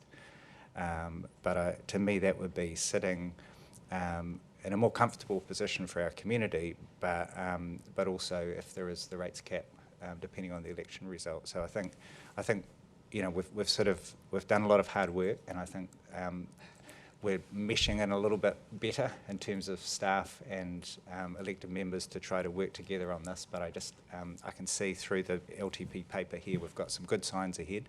I think we just need to keep that focus, and I do want to specifically thank Craig and the finance team for all their work that they've done on this. Thank you. Anyone else like to talk to the annual plan? Yep, Councillor Baker. Morena kia tātou katoa. Tautoko ana ngā mihi. Good morning, everyone. Just quickly would like to also express my thanks to staff. I know that the pressure's been real over the past few months, but you continue to show up and take what we have to say on board. And, you know, whilst certain votes haven't gone certain ways, you guys have been adaptive nonetheless, so mihi ana, and to the leadership involved in getting us here as well. I was watching, I think I was at the Barber, and we were watching like the Sail GP highlights or something like that. And I was like, far out, man, those ships can turn on a dime real quick. And I was thinking about mahi, and I was like, unfortunately, council isn't a Sail GP ship. Whilst not a bad thing, it just we're a bigger beast. And if you want to move forward, if you're a big ship and you want to move forward, the arc of the arc that it requires to turn is massive. And so I think we are definitely heading in the right direction, and the challenge is, you know, I don't think the challenge should be a surprise to the staff as to where this kind of, well, where a few of us want to head with the long-term plan. I was thinking about something really cool the finance team said when they were up at the table, that financial sustainability is ensuring revenue pays for our outgoings or OPEX. And I'd be interested to know if it's possible to reframe that the other way around, in a sense, because it feels like it implies that revenue will go where it needs to go to pay for whatever the outgoings are, But if we lived a lot more within our means, then perhaps we wouldn't need to generate so much revenue to offset that while still ensuring our city continues to grow, because affordability is a real issue that everyone is facing, and relatively. So yeah, looking forward to long-term plan discussions, and a big thank you to the leadership and staff for getting us to this point. Councillor Taylor. Yeah, I'd agree with everything that Councillor Baker just said. I did want to point out that there have been casualties along the way in this process, and if I look at some of our community organisations that have really had to bear the brunt probably of some of the cuts we've made, so indicating to them that we've got a long-term plan next year and they need to front up and engage with us on what the future looks like. Some of the organisations that help our less privileged people in the community have had their funding reduced this year as part of this process. So it's something that, yeah, just not everything is positive in this particular area. It does go both ways.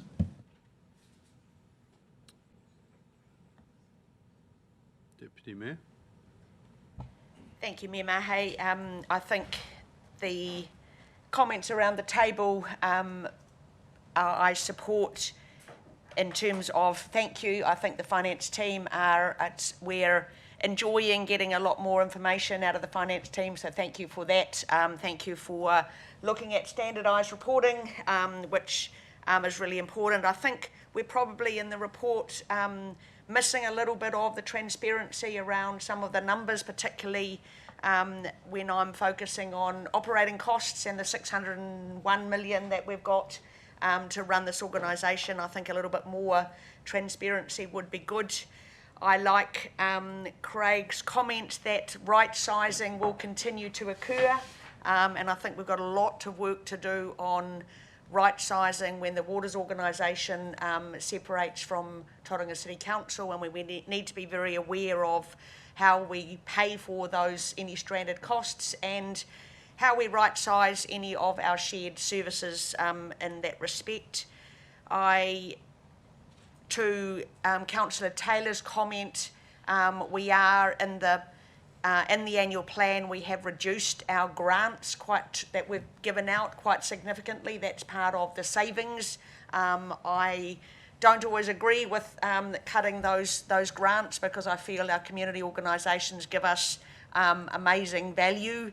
And I do want to reiterate, I am quite concerned that we talk about the fact that as our capital projects over time have increased, that has justified a significant increase in staff. But when we look at our 132 million less capital spend versus the long-term plan, which was only 3 years ago, but we've got $6 million higher in personnel costs, I think we really need to keep working on that. And that's something I would like to make sure we're reporting to our people on a quarterly basis as we go. So to me, lots of work's gone in that, and I thank the team and leadership for that. But I think my message is that we have to keep going with savings, because we do, and I like the way Councillor Baker put that, to say, let's make sure let's cut our cloth before we just find money to pay for whatever the cloth happens to cost. So I think I'm supportive of this, but absolutely still work to go, as our Mayor said. Right, thank you. If there's no other discussion, just want to thank the public as well for coming out, attending a number of our events, taking part in surveys. Those responses have certainly had an impact into some of the decisions we've made and some of the decisions that we've potentially reversed through this process. So thank you for that. They'll also be a big part of informing us as we go forward with our long-term plan. So just want to acknowledge them. I do want to acknowledge there has been some tough calls made through this process, and it's not easy. And if we, it very much comes down to if you pay less, you get less. There's a balance, and that's been the challenge here. And that is something that will continue to be a challenge as we go forward, and we look forward to continuing those conversations with our communities to understand, where they're prepared to give up things to if they want to continue to pay less. So that is going to be a challenge as we go forward. But happy to put this now to the council, and this is adoption of our 26-27 annual plan. All those in favour? Those against? That is carried. Thank you. Right, on the back of that is the rates resolution. Now that we've adopted the annual plan, this is 11.3 rates resolution. This is obviously required to set our rates and ensure that we make sure we do the right thing, and we've got Jim Taylor and Craig Rice, if they've got anything.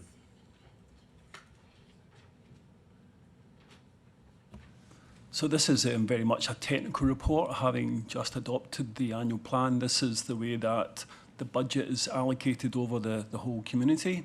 So the rates resolution in its entirety is a technical resolution.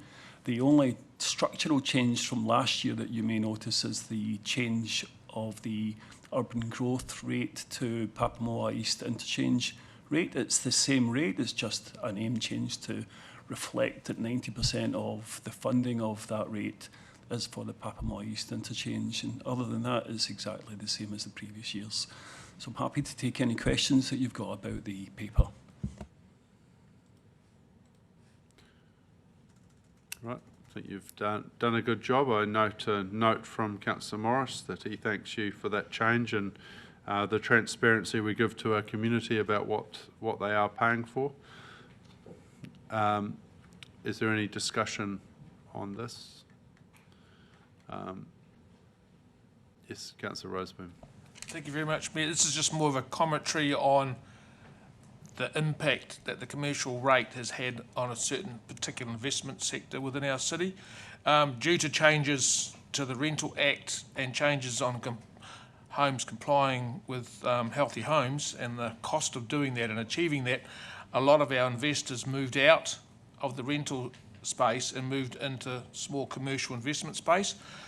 The higher the rates last year had a very big impact on their level of income or quality of income, and also quality of life, because the sheer cost of that investment had the same impact as the high rates have on a lot of our lower income earners. So I'm very appreciative of the vastly reduced commercial rate this year and the lower impact it'll have on them. So very supportive of that. Rates in general is a constant argument, constant debate over what we get for our rates. I'll just refer us back to an Infometrics statement that was brought out last year. Infometrics analysis shows that in 2025, the average New Zealand household pays 10 times more in taxes, that's your income, PAYE and GST combined, than we do in local government rates. We're now in a general election year. To the general public, please remember where the bulk of your pocket is emptied into. Wellington. Yes, Councillor Morris. Commentary. So I'm happy to move and then get into debate at the appropriate time. Yeah, sorry, we'll move. Sorry. Councillor Morris is moved. Have we got a seconder? Councillor Rolleston. Councillor Morris. Thank you, team, and thank you for all the work that goes into preparing a budget. Just want to make passing comments around the naming of the Papamoa East interchange targeted rate. Thank you for that team that provides transparency, as the Mayor has said. I would note that of the 5 transport projects, the big 5, the Papamoa East interchange is the only one named as a targeted rate specifically on that community. So looking forward to the paper and the long-term plan, which we have the ability to make a just decision and make that a city-wide rate, given that we are one city and we don't, indivisible under God. Oh no, that's the United States, but anyway. That's the way that it should be. Also noting, due to the effects of inflation and due to many other effects, when we are setting a rate, and with passing comment to Councillor Taylor's comments around community organisations that miss out, and the Mayor's comment around being prepared to pay less and get less. Unfortunately, the situation as it is in the current budget is people are paying more and getting less. So we've got work to do there, folks, through the long-term plan. Thank you. Councillor Rolleston. Thank you, Mayor, and thank you to the team, particularly to you, Jim, and the team. Echo some of the other earlier corridor around the rates affordability. However, we have done a good job to get there, but I won't elaborate anymore, but other than to thank the team. As somebody that used to prepare these reports and bring them to council, I know that the rates team are one of the hardest working teams in the council doing getting this work done. Jokes, but yeah, it's a lot of good work that goes into this, and it is, while it is very procedural, if you don't get it right, we know it's a big challenge to. So yeah, it's pleased to be able to second this resolution. Right, thank you. Is there any other discussion?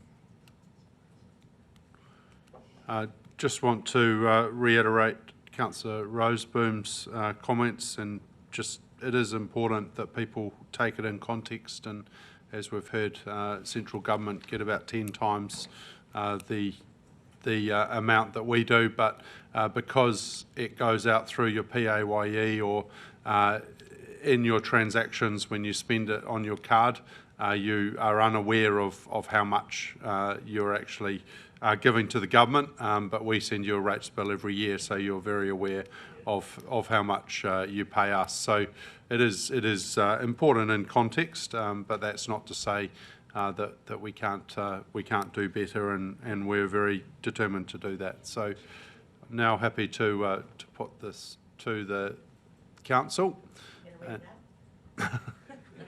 Not going to read the.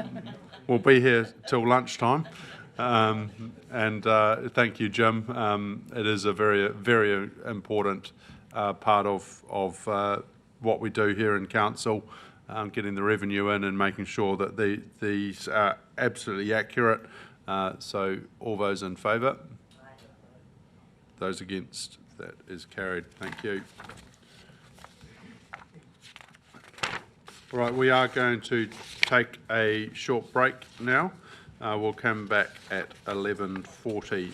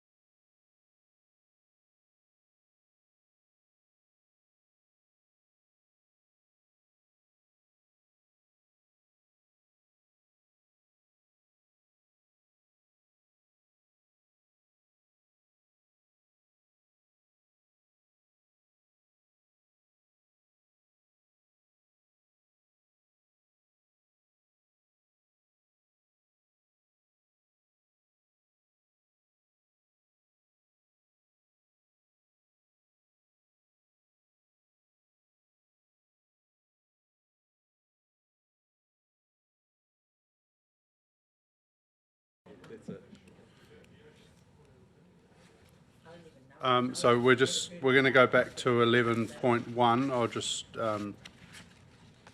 get the recommended resolutions put up. Just let you have a review of those, which I think does give a little bit more clear of what we're trying to achieve here, which is very much just explore an option rather than make any decisions. Yep, Councillor Crowther. I couldn't support this resolution myself because it seems so narrow still. The issue that I have is that we've got a Te Manawataki o Te Papa opening soon. It's in the context of land being given back to a Tamataha Trust for that site and to 11 Mission Street. And part of the integrated planning was to have, I forgot what it was called, but the whole historical sort of precinct looked at in an integrated way. And the prioritisation of that was switched by Mana Whenua from, initially they wanted a museum on the site at Cliff Road, and then there was an agreement made, as we know, for Te Manawataki o Te Papa, and in the middle of that there was a process which was undertaken by Taonga Tū and partners from Mana Whenua, including o Tamataha Trust, including Puhiraki, and I know Marty was privy to meetings there and other staff, and in those discussions there were options to prioritise various investments into the historical, you could call it the investments by council into the historical infrastructure for the city, and that led to the withdrawal from one option, putting their weight behind, for Mana Whenua to put their weight behind Te Manawataki o Te Papa, but it never took away the prioritisation for 11 Mission Street. And part of the discussion was that if Te Manawataki o Te Papa was prioritised, that the cultural centre would not be prioritised until there were some of those other investments done. And that was part of, there was a whole report written by Taonga Tū, as you know, Marty, and there are others who have been part of those conversations. I think we run the risk, like this is going to blow up, I tell you. If this doesn't get broadened out to the whole issue, then we're going to be, you know, having a range of people who are not going to be deemed stakeholders, but they will feel that they have a very strong say on this. And I think, you know, it's something we've got to tread very carefully over, in my view. Right, Councillor Schuler. Can I just get clarity from Councillor Crowther around those original plans you referred to, or the original discussions? Were they on the basis that Tauranga City Council was paying for all of that? Or is this because we understand there's some different opportunities here?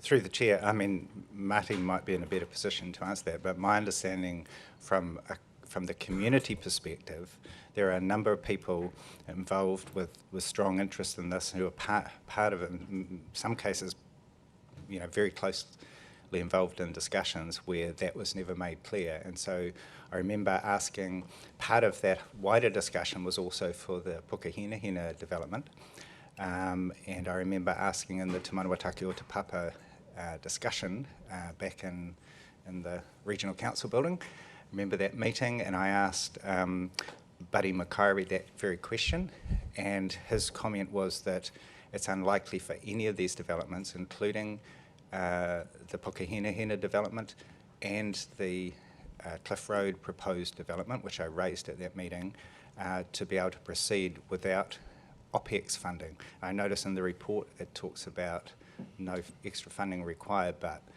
I've seen it happen many times before. I'm not talking about just with Tangata Whenua, I'm talking about with community organisations where it's fine for CapEx, but OPEX is a different story. So I think that was a big question mark in it, and that's why there was some discussions and, in the views of the community, agreements that the Elms development was kind of a, for want of a better description, it was a bit of a quid pro quo, because that was part of the agreement to gift the land back. Yeah, I think we're getting about 5 steps ahead of where we're actually asking.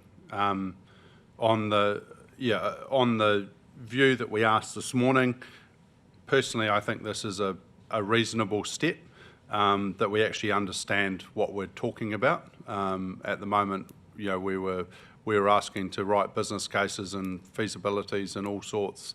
This is the first step, and depending on the outcomes of this, it gives us the next step as to whether we wish to progress this. And I think that's the opportunity. For example, the master plan. There's no point in doing a master plan if this is something we're not even considering, or we're not going to do anything. That's the sort of the next step that we'd do, but we're trying to understand whether this even is something that could or couldn't work. So, Councillor Baker. Yeah, I probably just need a bit of clarity on that too. So is the process a feasibility of this nature, then a master plan, and then a business case, or what's the kind of sequencing of cases, if that makes sense? Happy to jump in there. In terms of that process, yep, that's about the right way of doing things. I think the original recommendation was the staff trying to sort of express that those are steps in the process. So we're comfortable with the recommendation as it is there. And then as we bring information back, council are able to decide, and we can outline what the next steps would be if council made decisions one way or the other. And I think that gives us the opportunity to have it that way. But yes, certainly a spatial planning of some description to help the integration, as Councillor Crowther was talking about here, into the precinct. But certainly engagement, and then council would have to qualify expenditure if it did decide to be part of an expenditure profile through a business case. So those are certainly steps that we would have to take to realise anything here. So sorry, just in staff's view, is this a practical first step? Absolutely. Yeah. And just a follow-up question to staff. In your view, Māori, happy for you to answer too, considering lessons gone by even in our tenure with mana whenua engagement, should we be proceeding with this considering there's some unresolved issues with hapu groups or the trust and hapu? Should that be sorted before this goes ahead, or what? Through the chair, I think the second resolution there addresses and picks up the concerns that were raised by the earlier speakers. So this wouldn't be simply a continued engagement with the Otamataha Trust. It would be a wider engagement to understand whether or not it was something that mana whenua, as opposed to the Trust, simply were supportive of. This doesn't commit council to any financial expenditure other than a bit of time to understand, if you like, in broad terms, what the aspirations are and the probability or feasibility of it ever happening, and its alignment with the wider geography there. So there are, and I'm not sure whether council received these during an earlier briefing from the Trust, there are some quite well-developed concept plans. And yes, there was a prioritisation, but it was prioritisation in terms of timing. There was never any intention for council to invest in this facility, and it doesn't conflict with the development of the museum. It's a different type of facility, which would involve carving and tikanga and that sort of thing. So, but that's what I think staff need to actually do, is to meet with mana whenua, to gather this information and bring it back so council actually knows what the facility is, what's the purpose, and how it fits into that, if you like, that cultural precinct, that cultural historic precinct. Deputy Mayor. Thank you, Mayor. I'm nervous about this. I think receiving the report even, which actually specified quite a lot of things that we now know were without full engagement, concerns me. I'm concerned with Robbins Park being in there because that's something that I think has different stakeholders, and I guess in B, the fact that a proposed cultural facility is already determining that that's all we're looking at, whereas retention of green space in the gardens and a begonia house would not be considered in B. I also, you know, we're trying to say let's not do so much, and saying to staff to engage with 2 stakeholder groups that we saw this morning, we're not very happy with whatever the other was saying. I think as Councillor Baker said, I think that definitely needs to be resolved before TCC staff get involved. So I would be more inclined to still leave this on the table. And if it's a long-term plan request, then that's something separate. Councillor Taylor? Certainly agree with Deputy Mayor on the other stakeholders. I think we've seen this morning that there's a wide range of people that use the reserve and will be affected by this. That doesn't mean to say they have to stay there forever, and it's probably unrealistic to expect them to do that. I think we can push this off and we can start the process being mindful of the things that Deputy Mayor's just talked about there with Mana Whenua. Definitely there's some things they need to resolve themselves probably, but I can't see, if it's just staff time, I think it's time well spent to actually start this thing or continue this thing moving. It's something that's been talked about for a while. It seemed to have stalled, and I think it's quite good that we're actually bringing it forward. Yep, I'm aware of all the capital restrictions that we have on investment, so council probably isn't in a position to spend a lot of money up there, but I think we can progress this with the community as a whole to actually start planning what the long term looks like, and I think that's crucial given the museum coming up, what the Elms is trying to do going forward. I think this is a piece of the jigsaw puzzle that has to be put in play, so really happy that we get out there with a bit of staff time just to try and understand what the rest of the community thinks. Councillor Currat. Thank you, Mayor Mahe. Now, looking at the wording of the new B, at the end it refers to the reserved land at Cliff Road, and I just heard the Chief Executive mention the cultural and historical precinct.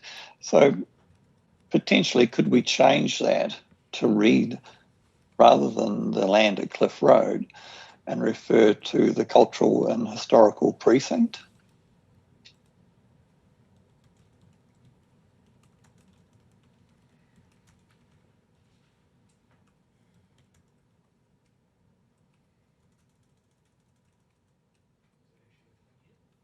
Well, it's reserved land though, isn't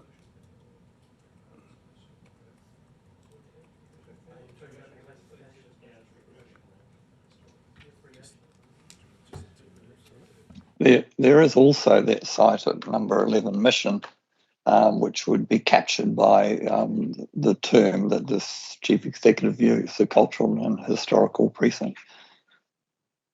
Perhaps, you know, that could broaden it a little bit, and perhaps Councillor Crowther could be a bit more supportive of that wording.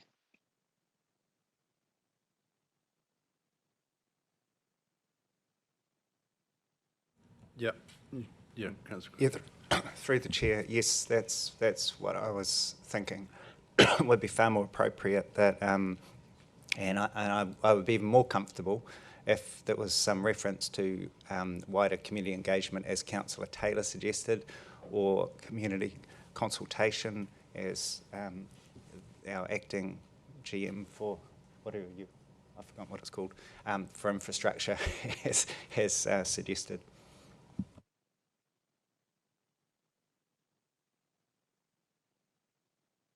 So if I could just add, looking at the changes made, remove on reserved land and at Cliff Road, and have it read at the cultural and historical precinct.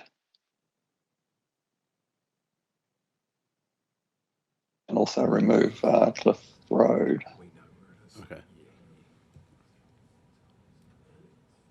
I guess the only concern I have is we're not going out widely consulting on this, because we don't even know what we're doing.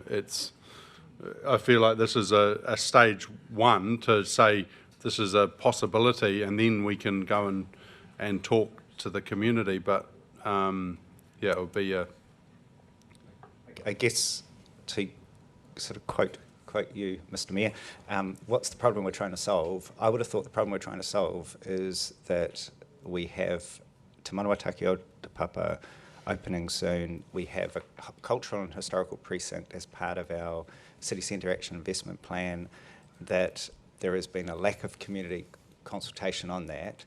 And in the long-term plan, we're being asked to allocate $11 million towards that as a default.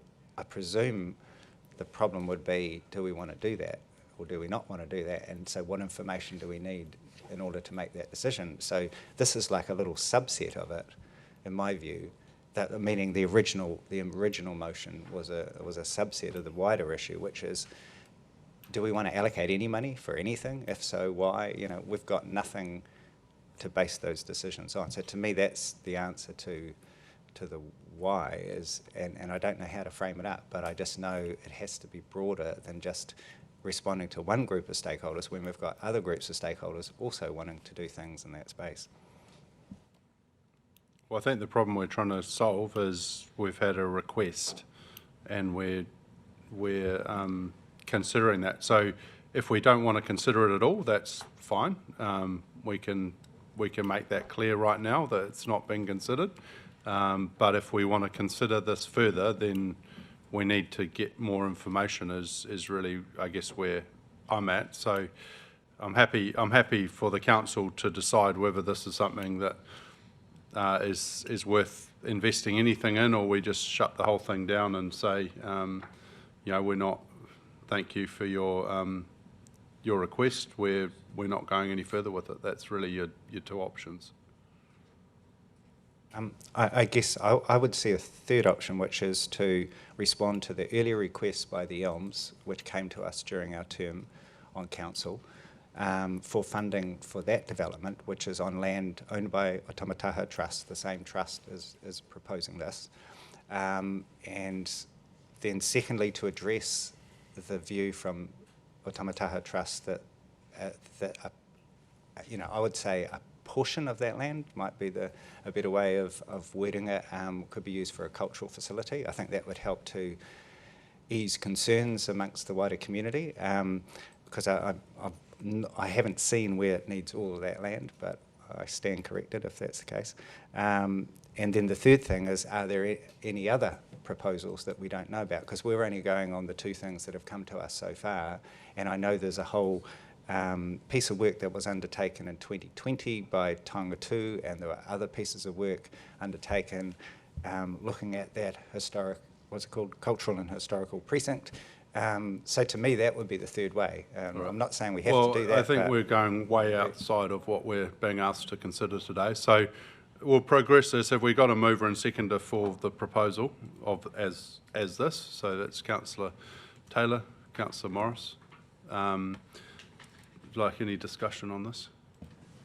Yeah, I think this is something that's been discussed in the background, is probably how I'd describe it, for a while, since we've been elected. And I'd like to see it solidify a little bit about what people are actually thinking and where it might head. So I'm supportive if we're just putting a bit of time into this without committing any major funding at this point. I think it'll be a discussion that the community can get behind and participate in. Right. Any other discussion? Councillor Morris? Yeah, thank you, Mr. Mayor. I don't think anyone can criticise Tangata Whenua for having different views on the Otamataha Pa site, given the last 20 minutes of differing views expressed around this table about the site. I would just say, as a bit of a fan of American battlefields, probably more so than our own, even though I've had Tipuna relatives who were involved in the battles here in our own civil conflicts, that is a sacred space. 18 years ago, brave men and women gave their last full measure of devotion on that land, and they consecrated it by being buried there. And we have a wide variety of uses there today, recreational uses, and I think that we need to consider that and all the battle sites around our country, because they make up the fabric of who we are. So it is, I just want us to remember that it is a sacred space, and any discussions that we have on the future need to keep that in mind. I don't think that rules in or rules out any particular use, but I just think that it's worth remembering. I'm a fan of remembering things like that.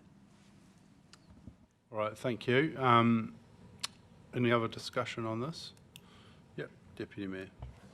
Thank you, Mayor. I'm still torn here because I think that this is now quite wide open in terms of what we're looking at, and I think I'm a little bit nervous that this could go on with engagement with stakeholders for a year or so. There's no time limit on here. I also just wonder if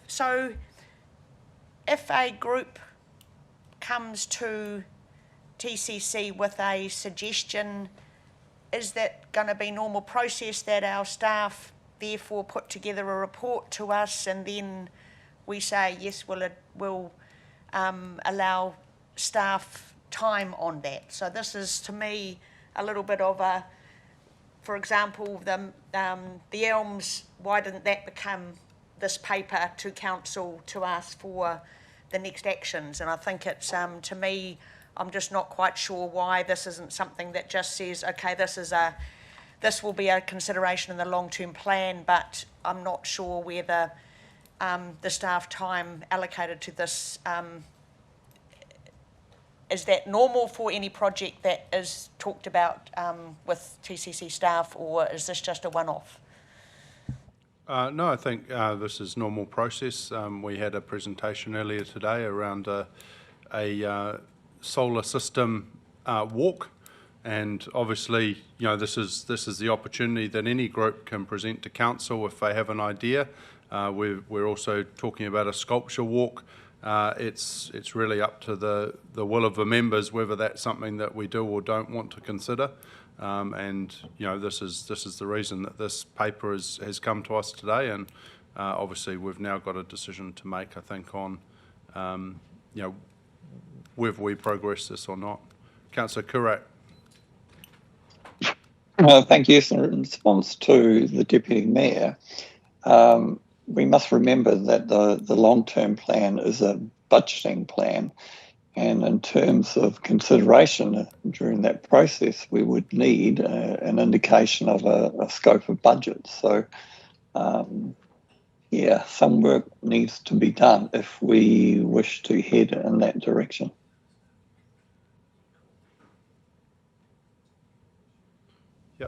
Councillor Schuller. Yeah, thank you, Mayor. I suppose we had a presentation a few days ago from Veros talking about the significant lead-in times that sit with projects 5, 6, 7 years. And so I think we need to accept, and this is part of our job, is deciding what the city looks like in the future. Things need to be done now to set those things in place, or to give us or the next council the options to make good decisions about what we want and where we want to get to. So I don't have a fear at all about scrutinising if we staff need to do work here that in the future does see a cultural centre, does see another use that come out of stakeholder engagement that is another perfectly acceptable, that includes the Elms. I think this is what we should be getting our staff to do from time to time. A lot of the work obviously is in the year and where we sit, but I would encourage us to spend money well early so that us or a future council can make a good decision in a couple of years' time. So I'm supportive. Thank you. Any other discussion? Yeah, Councillor Crowther. Yeah, I appreciate the comments of my colleagues. I think it's convinced me I can vote for this in the context that things can be kept pretty low cost and focused and just get it to the next step. I guess the quid pro quo for me would be, and I'll ask my colleagues to consider supporting for item 11.6, the long-term plan issues list, that we add the Elms development and the cultural and historical precinct into that, so that we actually get clear sort of balanced information on there, and gives us time to work through those issues.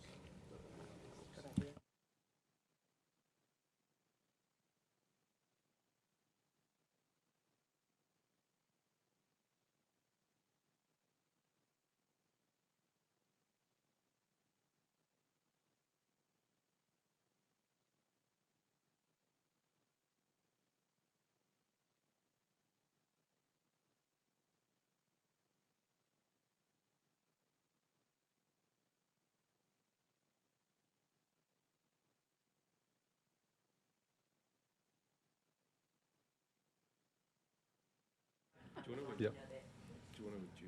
Yeah, yeah, sorry.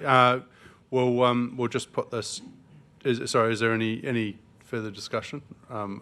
Otherwise, I'll just put this to the council. All those in favour? Those against? That is carried.